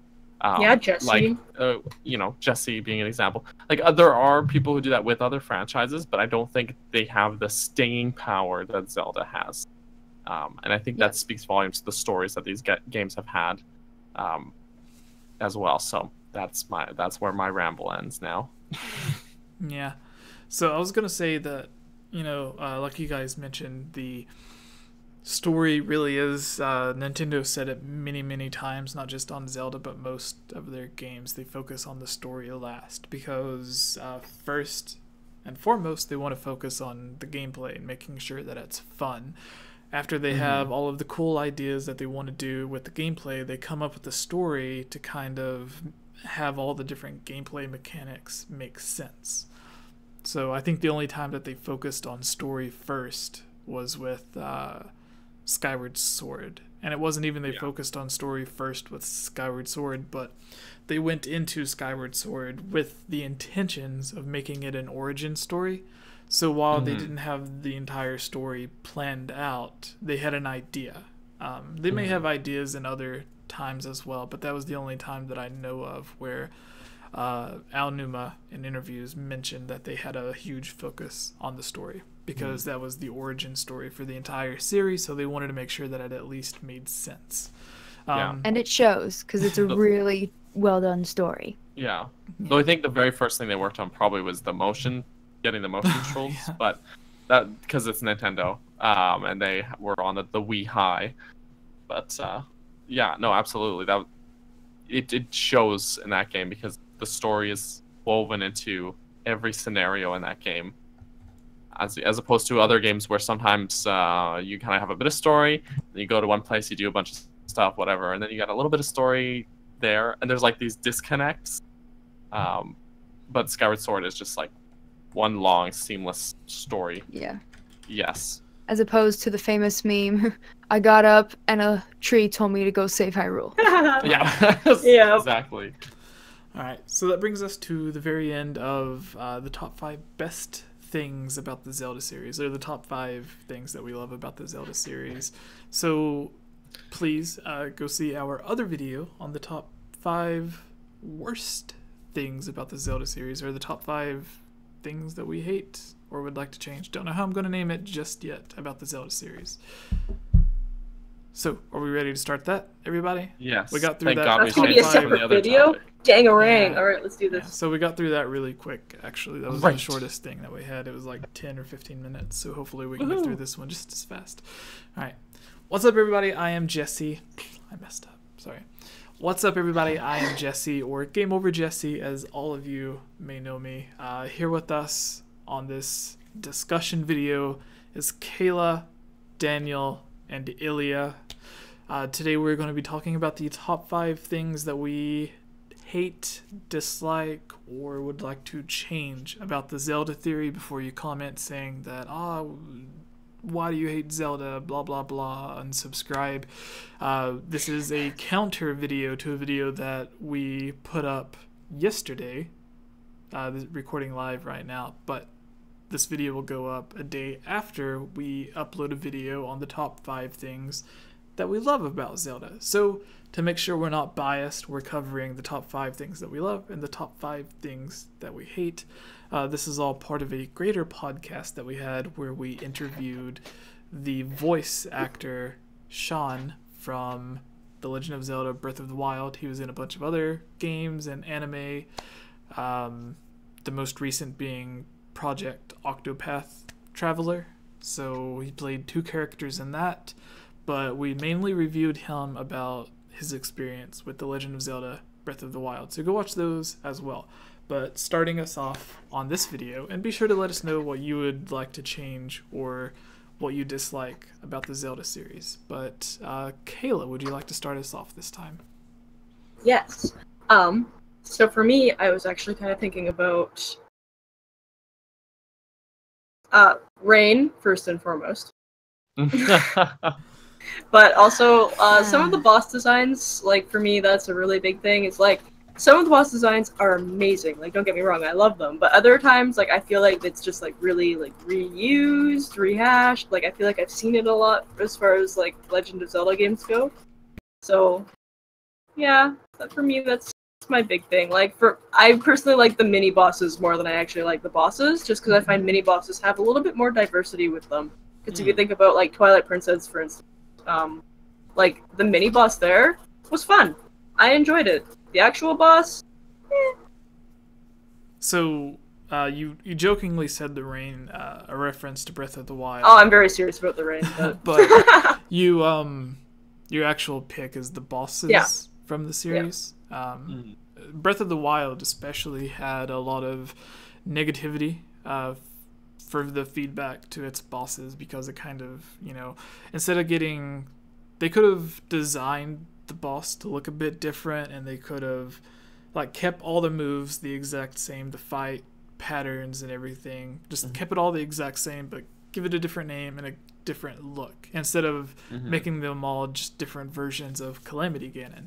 So if it was... Well, they missed a huge opportunity to make all those boss fights corrupted versions of the champions. Yeah, because then that would have been so crazy. Yeah, that would be awesome. that's what happened in past Zelda games with Skyward Sword fighting against the Levias. Yeah, it was a corrupted version. The Parasite was taking over it. Twilight Princess had Zelda. Yeah, and Puppet Zelda. What's the it called? Ice Dungeon. Fyrus, who is the Goron Darbus. Yeah, their champion or whatever that was called. And then there was the Ice Dungeon, the Yeti. I forgot its name. But you had to fight against her, and it was like an evil version. So this is something... And Majora's Mask, too. I think I always interpreted in Majora's Mask, the bosses were like the giants, and they had those masks on that corrupted them. Yeah. And turned them into those bosses. That was my interpretation of those boss fights. I've never thought about that. Because then when you get the mask, it's like you freed the spirit that was trapped inside, and then the giant is like, "Hey, you saved me." Yeah. Next so that was time always on Zelda theories. Possibly. That was always my interpretation. I'll have to talk Now you have to play about through that. Majora's Mask again. Yeah, I was gonna say I'll have to talk to you like tomorrow or something, where you can go more in depth on this with me. But yeah, and also comment below in the comments, because lately we've been trying to have discussions on Zelda theories. So if there's a Zelda theory or this theory that you would like us to discuss, let us know. But yeah, like this is something that Nintendo's done a lot before, having you fight corrupted versions of people. So it would be really interesting if it was like that. Gibbs in the live chat says Blizzetta. Yes. Was that the name? Blizzetta was the boss you were thinking of. Yeah. I think she was Yeto, and then when she was corrupted, it was Blizzetta. Yeah. So that would have been something. really cool if it would have made the different versions, because again, like, you could realistically have a boss fight where it's just like a reskin version of Calamity Ganon. Instead of like shooting the rockets at you or something, maybe it's Revali like shooting a bow and arrow at you. You know? And Imagine how painful it would be to have to beat and destroy a possessed Mifa. Yeah. That I would don't break think your Axel would beat the heart. game. No, so that's another thing is the Mhm. water version of Calamity Ganon. I forgot the name, but Water Blight. Yeah, Water Yeah. Blight Ganon had the giant like fish hook thing, right? Yeah. Yeah. Yeah. And that could have totally just been like the staff that Mipha. Her trident. Yeah, her trident. Yeah. So it all works out. Maybe it was an idea they had, and then they just changed it to Ganon or something. Yeah, maybe. Maybe. But yeah, what you were saying, the bad things. Obviously, we're talking about how it could have been better, but with the bosses, they reuse a lot of stuff. Like, how many times have we went in and fought like a different version of Goma? And then in Twilight Yes. Princess, it was even the worst boss fight in Twilight Oh. Princess. Yep. You don't even really fight him. You just make a Yeah. statue do it. Like, I think So- Goma first appeared in the first Zelda game. Yeah. And then Ocarina of Time had a really cool fight with Queen Goma to where you had to shoot her down off the wall. She hatched eggs that attacked you. Like, it really went all out in that. That boss was a fight. really fun version, but I feel like after that, they probably should have just stopped. Yeah. So whenever it returned in Twilight Princess, I was like, oh, this is really cool because, you know, nostalgia. But then it's like the crappiest boss fight where it's like, oh, you just get a statue to hit it. Like, if it was just a Twilight Princess version of the Ocarina of Time fight, it would have been really, really cool. Especially in the trailer for Twilight Princess. I'm getting off topic, and I'm sorry, we'll move on. But in the trailer for Twilight Princess, it shows the giant spider chasing after you in the tunnel. Yes, which was later reused in Spirit Tracks, and that is actually really fun and anxiety-inducing. Like, you're like going, your heart's like pounding. You're like, oh my god! Yeah, but imagine if in Twilight Princess, real good. like, Queen Goma was chasing you down a dark tunnel, and like that's part of the boss fight or something. Anyways, moving on. Daniel. Gary. What? What? You said Gary? It would be scary. Oh. Okay. It would be Gary. It was scary. I was thinking of Gary, SpongeBob. Oh. Like the giant snail chasing you. There's a mod out there for Breath of the Wild for it, probably. Probably. There's some weird mods. So my next choice here for things I don't like is the tropes. Yeah. So how many times do we have to go through a forest dungeon, a fire dungeon, and then a water dungeon, and then we get the three red, green, and blue things, and then we get the Master Sword, and then we get to, and then something happens that makes it like, okay, I don't know, there's some things. No.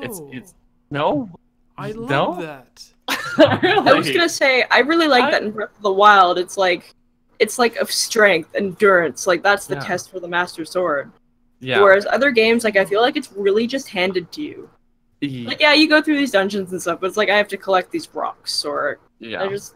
No, it's, you know, there's different approaches to it in different games, and in some of those, I really like it, how it's done, but overall, the whole... Now, this was just an example of a trope that occurs. Yes, Not all tropes are inherently bad, but Zelda is riddled with tropes that occur throughout the series, and Breath of the Wild was a huge step in stepping away from those tropes and being like, okay, these are things that happen all the time in Zelda. Jesse, come back. Think about it though. Like, stop some of sulking. my favorite Zelda games are always the ones that do something really different, but are still inherently Zelda, right? So Majora's Mask, for example, ditched that formula. Just Jesse, come back. We know you can hear us. No. Oh. Jesse.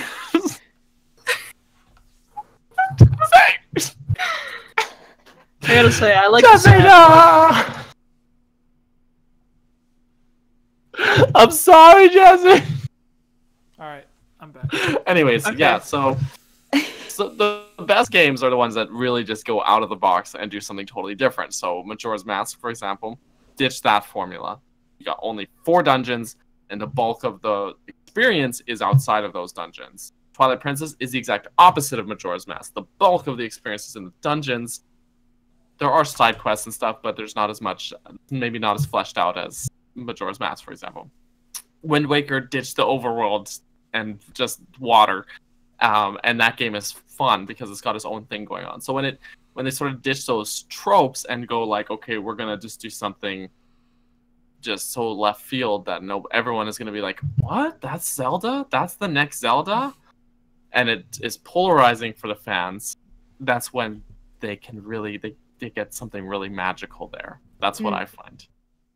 So keep trying new things, because that's when it gets good. This thing I don't like is starting to turn into a positive thing. So someone take it away for the next thing. All right. So I was gonna say that I really like the how every game's different, but then there are stuff that carries over, like the Skyward Sword was the first game where they tried breaking the formula, except at that point their idea of like getting rid of the tropes, like Daniel was talking about with Skyward Sword, a lot of people didn't notice, had no torch puzzles. There's no lighting a torch puzzles. Right. I think they tried to get away from even Breath of the Wild has those. The block pushing puzzles, I think they try to get away with as well. Whether it was just pushing a normal block, like there's an entire room in the Forest Temple dedicated to like pushing the big blocks to like 3 different tiers. I think there's one on the bottom, the one on the top, and then the 3rd level. It might be confusing. It was probably just 2 stories, not 3. But anyways, there's rooms dedicated to just block puzzles and older Zelda games. And then Skyward Sword, I don't think, had any block puzzles. There was no light puzzles. There was no like lighting the torch puzzles. I think there was. But there was a puzzle. We have to do this. Oh yeah. There was no puzzles to where like you're shooting the eyeball, I think. No, because you make it dizzy like this. Yeah. So... you still had to hit the crystals to like open a gate or something. And then I don't think they had any switches that you step on. And no boomerang. Because they replaced it with the beetle. Yeah, so they took away a lot of the stuff at that point that they felt were like traditional for Zelda. And then A Link Between Worlds came next, and they made more changes, and then Breath of the Wilds where they really dug in and took out a lot of the stuff. But I like the idea of like Ocarina of Time, A Link to the Past, not Breath of the Wild. You can do it in Breath of the Wild if you want, but it's up to you. Skyward Sword, to where it's like forest area, fire area, water area. I like that. Right. Because it makes it feel Zelda to me. And I think I was going to say that's how I played Breath of the Wild, but I think I went to the Zoras first. Most people Me too, go actually. to the Zoras. So, but anyways, that's what I really, really like about the Zelda things. But like Wind Waker, okay, the first dungeon you go to isn't even you don't finish the dungeon. It's Forsaken Fortress. You lose your sword. Yeah. The first thing that happens, you get to a dungeon area, you lose your sword. That's great. You have to like sneak around the whole dungeon to get your sword. And as soon as you get it, you get tossed out of the place, right? And then you go through a fire dungeon. That's like the first real dungeon. Is a fire and it's just totally left field and totally different from Zelda. I love it. I really love that. So it's, like then Twilight Princess, it was just the same thing again. First spend 4 hours farming and fishing and then collecting stuff. Literally 4 hours doing that, and then you get your forest dungeon, your fire dungeon, your water dungeon, and just it felt very. And I love Twilight Princess for many reasons, but that first bit for it felt very like, okay, I'm like kind of dragging through here. And then I feel like that game really comes alive when you get the Master Sword and you get the ability to switch on the fly between wolf and human ones. Yeah. That's for me. Like, there's really great parts before that too. In particular, people are gonna hate me for saying this. I really like the water temple. I actually didn't think that water temple was too hard. No. So here's the thing. A lot of people that hate the water temple got lost and played it when they were a kid. So all Nintendo games, there's an interview where Miyamoto, or I think it's Miyamoto, talking about every Nintendo game is designed to be beaten by a kid. So if like, and they're testers for like Zelda dungeons and stuff, for Mario levels. If something is too hard and a kid keeps dying over and over, they will rework it to make it easier for those kids to beat, because Nintendo doesn't want kids to give up and stop playing. Like, if they get to a level and they're like, this is too hard, I don't want to play it anymore, then when another game comes out, they're not going to want to buy it. But if they're able to beat that, then they'll be like, oh yeah, that was really awesome, I beat the level. Then they'll continue playing it and beat it, and then when the next one comes out, be like, yeah, that last game, like, you know, they feel good about it because they were able to beat the last one. So they purposefully make every Nintendo game, aside from Donkey Kong Country Tropical Freeze probably, easy enough for kids to beat. Like, they are literally designed for little kids to beat. So yeah, I was gonna say, but that's the thing. Like, Nintendo, like, that's just how they are. Because if you look at their games, it's like Mario Deluxe. We recently got smart steering for kids. In the first Donkey Kong Country Freeze. Returns, you can ask God to beat the level for you.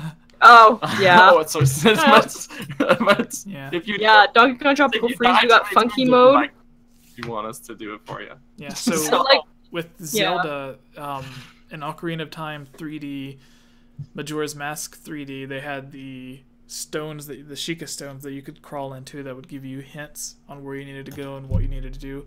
Skyward Sword had the same thing in Skyloft, beside the sword place. There was the stone that popped up that you could go talk to that would give you things. In Mario, like, it would literally, I think, show you how to beat the level, or it would beat it for you. Super Mario 3D Land and I think 3D World, so for the 3DS and the Wii U, you could get the gold Tanuki suit if you keep dying. So they give you advice and helps, or literally beat the game for you if you can't do it yourself.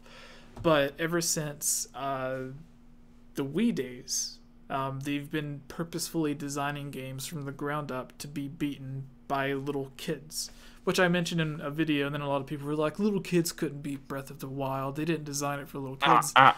My Have you met Daniel's son, child?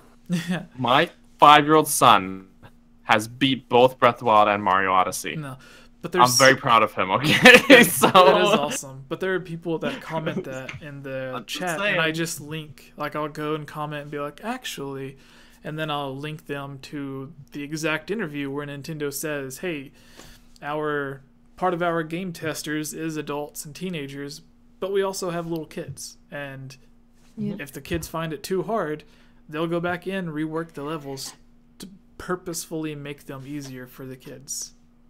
Which, I just had a random thought, and this shows what apparently sleeping pills do to me. Because, you know how we said a couple minutes ago about what if the champions were the bosses we had to fight in the dungeons, or in the Divine Beast? And I was like, well, I know they're originally, before they changed them to Koroks, it was originally going to be like possibly Kokiri Forest Children, and they might have had a Divine Beast there. I was like, what if they had went with Koroks and had a Divine Beast, and you had to fight a possessed Korok? You should take sleeping pills every week. You have to fight, who's the dancing Korok that fills up your bag? Hestu. You have to fight Hestu. He chucks his maracas at you.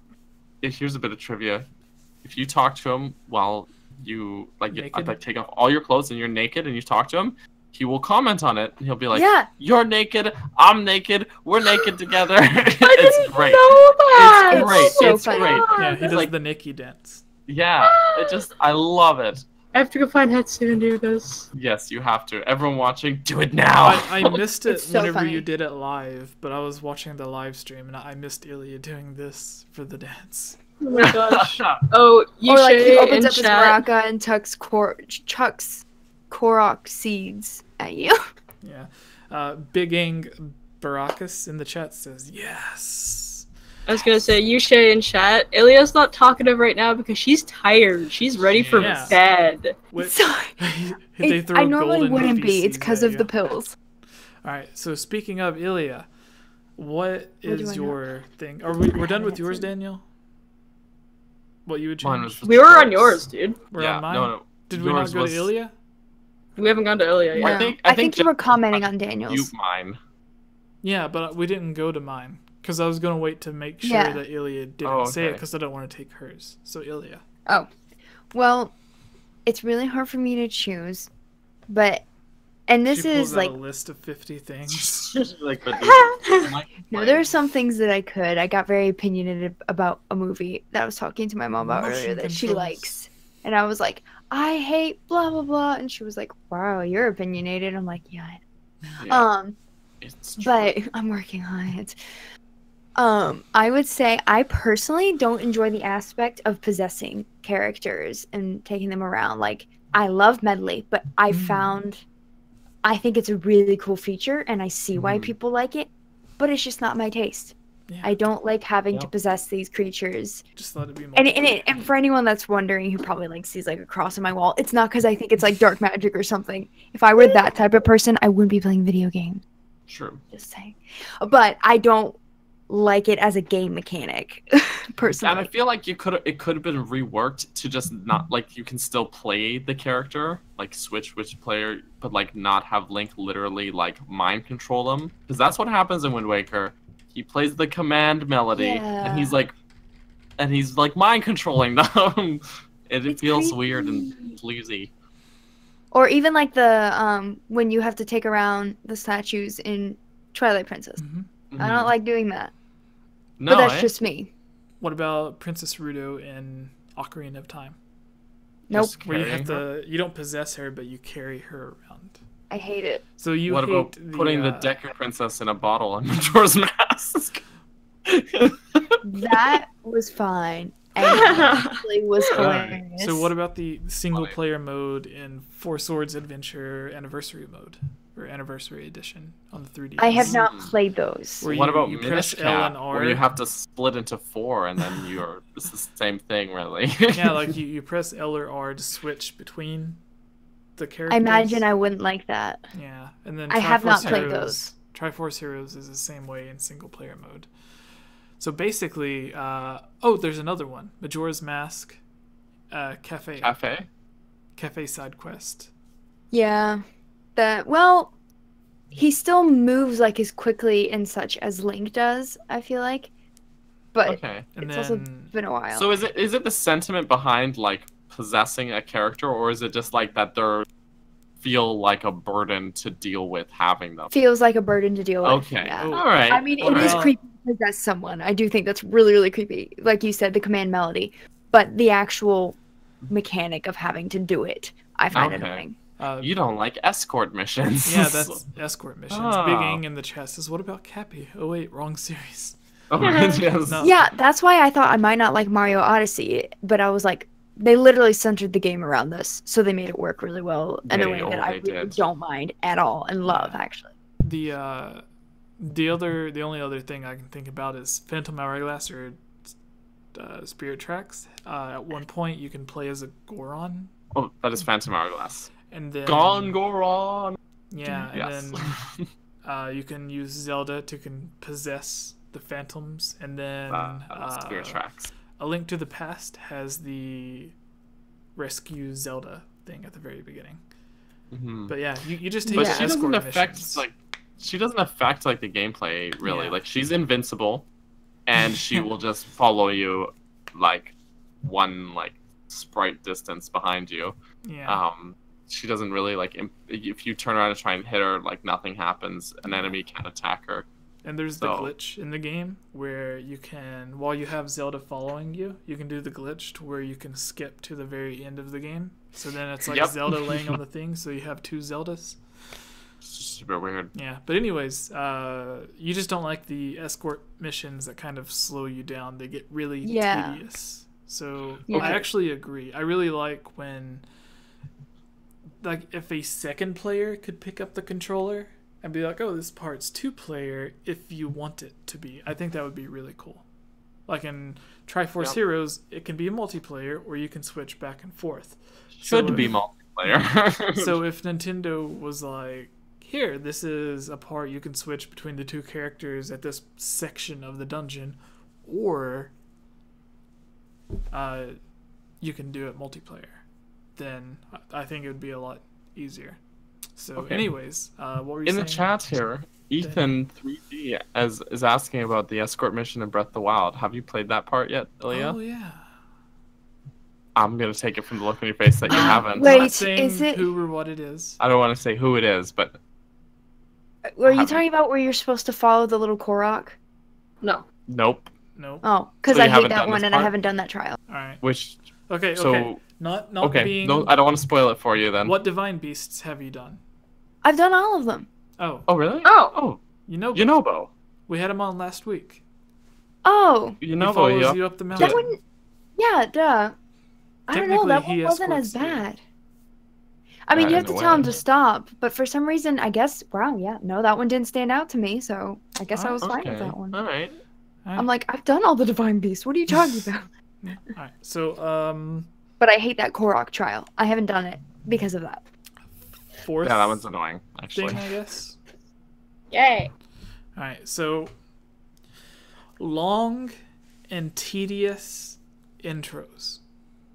You Twilight that Princess, you say? kind of go on For- for a long time and make things slow. For Twilight hours. You mean Princess. tutorials or story intro? both, The really, like they're tutorials. usually one and the same though.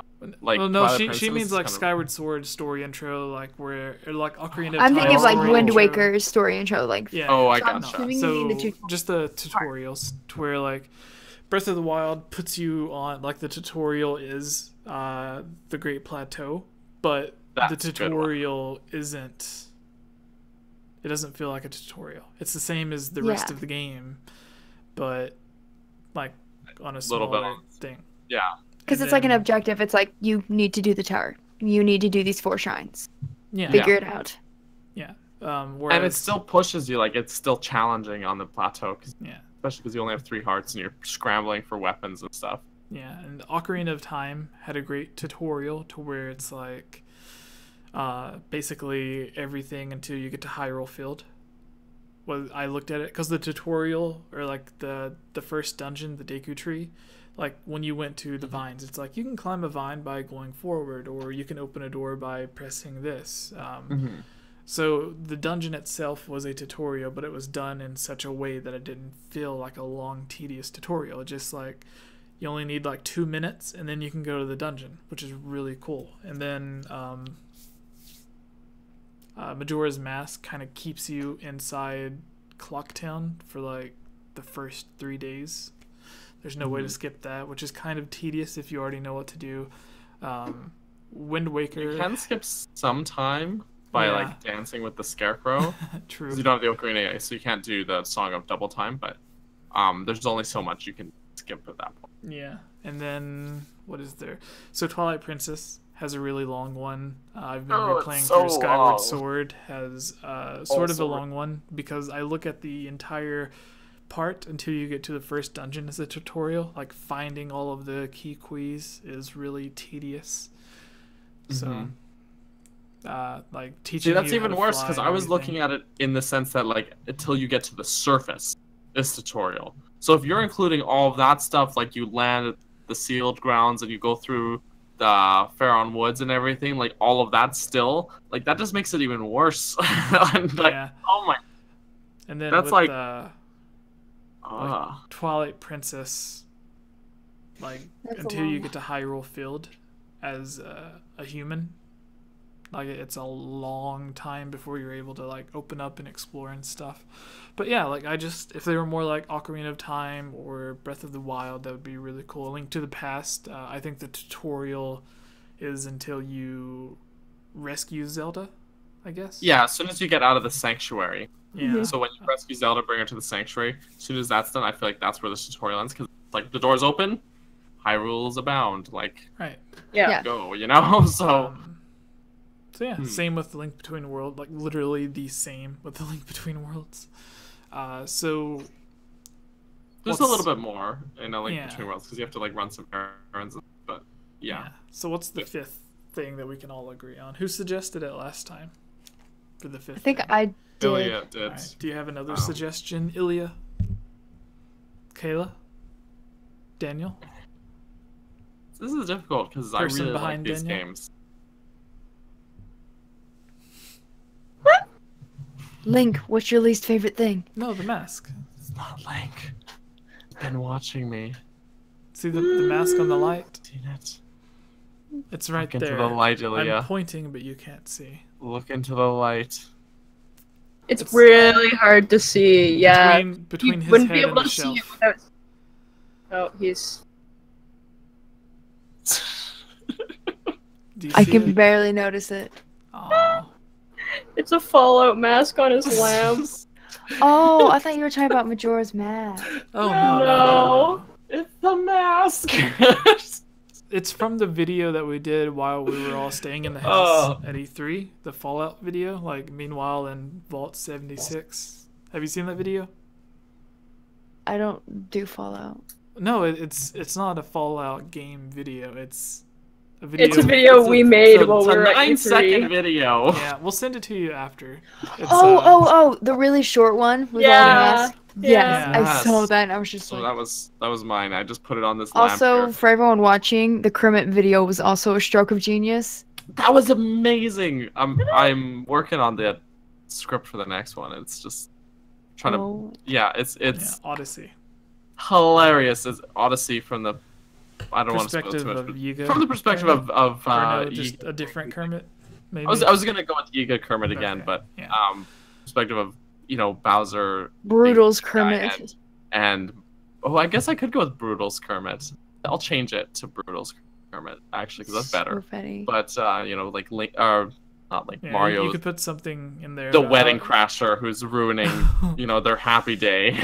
That's nice. I wrote a review for Ruining the wedding. He's ruining their wedding day. Season 5 for Fallout, or not Fallout. Season 5 for Fortnite. Fork Knife. Fork knife. Fortnite. But that one's more informative than anything because there's nothing really funny that you can do because there's no story. But anyways, what's a fifth thing so we can end this? Yes. Yes. All I've got is Tingle and Rain. Tingle and Rain. Okay, let's recap. So, Kayla said Bosses. bosses. Bosses. Daniel said Tropes. Ilya But said not all tropes. Just to clarify. Escort missions. Jesse said Long tutorials. okay. Yes. So bosses, long Sorry. tutorials, tropes, escort missions. Um, What's a fifth thing? I don't know how well this would work. I don't know if it's gonna make sense. I don't know if anything I'm saying right now makes sense. I'm so sorry. This is worse than me having wine. Although I can only have like one cup and I'm gone. So. I would love to I don't- see a wine. I've never been drunk really. and I refuse to ever get drunk. I think So. next time we have like a meetup trip like we did for E3, Ilya, you're coming. I would hope We so. will change you. No, I refuse to get drunk. No. I can't. You can be the one Okay. babysitting everyone. All right. So what's Yeah. the thing? I'll be Dee Dee. What was I gonna say? Oh, I guess it doesn't have as much to do with the games as much as because I'm a big fan of the fact that the developers and designers of these games do really try to take what the players want into account. There was backlash on Wind Waker, so they're like, okay, they want more realistic. But at the same time, I think there are times where they take it almost too harshly. I don't know if that makes sense. I love Twilight Princess. It's one of my favorites. But I almost feel like I guess it's more of like a pity for them. I almost feel bad. I'm like, it pushes them, so there's good that comes out of it. Mm-hmm. But like the fact, maybe it's the fan base that we're so picky. The fan base Yeah. is the worst. This is part. what if no one else could come up with something, this is what I was gonna put out there too. Was the bad fans. Oh yeah, the bad yeah. So Yeah. that works. The bad fans, because Yeah. with taking the feedback, Breath of the Wild, the reason it is such a huge, giant open world is because everybody was like, Skyward Sword didn't have a Hyrule field. And then when you did get to the areas, like they're so small. And then if you look at Twilight Princess, yeah, it has a huge overworld, but getting from one there's area to nothing in another, it. it's like a little snake trail getting from one area to another. It's not a giant field the entire time. So whenever they made Breath of the Wild, they were like, okay, they don't want like tiny little trails connecting one area to another. Because if you look at the map of Twilight Princess, it's like one giant southern Hyrule field, and then a tiny little trail, and then like giant northern Hyrule field, and then like a tiny little trail, and then Kakariko Village. So they were like, they don't want that. They missed Hyrule Field in Skyward Sword, so we're just going to make everything Hyrule Field. Like, even if you get to a location inside Hyrule Field, like Kakariko Village, it's not just like one way in, one way out, like Kakariko Village normally is. In Twilight Princess it had too, but it's like you can literally just drop in from the sky. You can, like, there's dozens of ways, like you can enter from any direction. It's not just one location connected to a larger Hyrule Field. It's like it is inside Hyrule Field. So yeah, which is I guess, great, like, by the way. yeah. That's one of the things, because as a kid, my curiosity was always like, what's up, like on Ocarina of Time, like what's above those walls? Because everything is like walled off. Yeah. What's on the other side? You know? Why can't Epona go up the stairs to Kakariko? Why can't Epona go upstairs? Yeah. Yet you Now can it's make like- her like trot up a mountain in Breath of the yeah. Wild. And then it's like in Twilight or Breath of the Wild, it's like, why is the Guardian following us to Kakariko Village? Like in Ocarina of Time or Ocarina of Time, like you want the animal to follow you in, but in Breath of the Wild, it's like there's too many things that'll just wander off there, or like you can get them to go there. But anyways, I think that brings us to the very, very end. Bad fans, don't be a bad fan, everybody. So we love you when you're great and you're good humans, but Chiblima sometimes not everyone is. J-Link in the chat. Yeah, after this, we're gonna have a 6-hour live stream of Fortnite with Kayla. I'm going to bed. So, yeah. Kayla sobered up quick, by the way, Gibbs. Yeah, alright, so people in the chat are talking, but yeah, thank you all again. If you like this video, go watch the top 5 best that posted the day before this video went up, so it should be literally the video right before this one. If you go to the YouTube page, you can follow Kayla. Where can they follow you? You can find me as Chublima on Tumblr, Instagram, and Twitter. Twitter I'm most active on. And RuneScape Mobile came out, so please still add me on RuneScape. Nice. Daniel, where can they find you? You can follow me on Twitter and Instagram at CaptBurgerson, CaptBurgerson. I also have a website called Burgerson Media, or Burgers on Media? One of those. Burgerson Media. But someone pointed that out to me. Burgersonmedia.com, where I post all of the projects that I work on, or at least links to them, including music that is royalty-free that you can use in your videos if you want to. Just tell me if you do, because I want to see it. And I also can make other things for you, because I do editing magic sometimes. And most importantly, I do this podcast every single week on this channel right here. So that's where you can find me as well. Yes. Ilya, Thank you have a lot of cool stuff on your YouTube channel that you're posting now. Yes, I post every other Wednesday, so I currently only have 3 videos, but that's because I want to make sure I have enough content ready at all times. Specific time on Wednesday? No, Or is it just any- sometime when I wake up. This last one that I did, it was like 1 a.m. my time, so I was like, technically it's not Wednesday for people Pacific time, but I'm making it public anyway, because it's the next day for someone. For me, it was. But yes, if you go to Ilya Space Rose on YouTube, I do geeky videos. Most of them have been Zelda related, or all 3 of them have had something to do with Zelda, but this next one does not have anything to do with Zelda. It's a different geek thing. It's a top 5. And Daniel makes I'm pointing this way, but I don't know where he is actually on the He's YouTube thing. To the left of you. I don't. So I need to point this way? There you go. Yeah. So Daniel made my intro. So, because I did that. he's It's just awesome. on And a I whim, loved the intro. So, haha. But I'm also on Twitter. I don't really do anything cool on there, but at Rose_Ilya. And then I post a lot of weird pictures on Instagram at Ilya Rose_Geek Apprentice. All right. So, yeah. Nice. So I am Game Over Jesse. Twitter is Game Over Jesse, at Game Over Jesse. Facebook, we have a Facebook fan page. 7,000 of you like it. Maybe we can get to 8,000 sometime soon.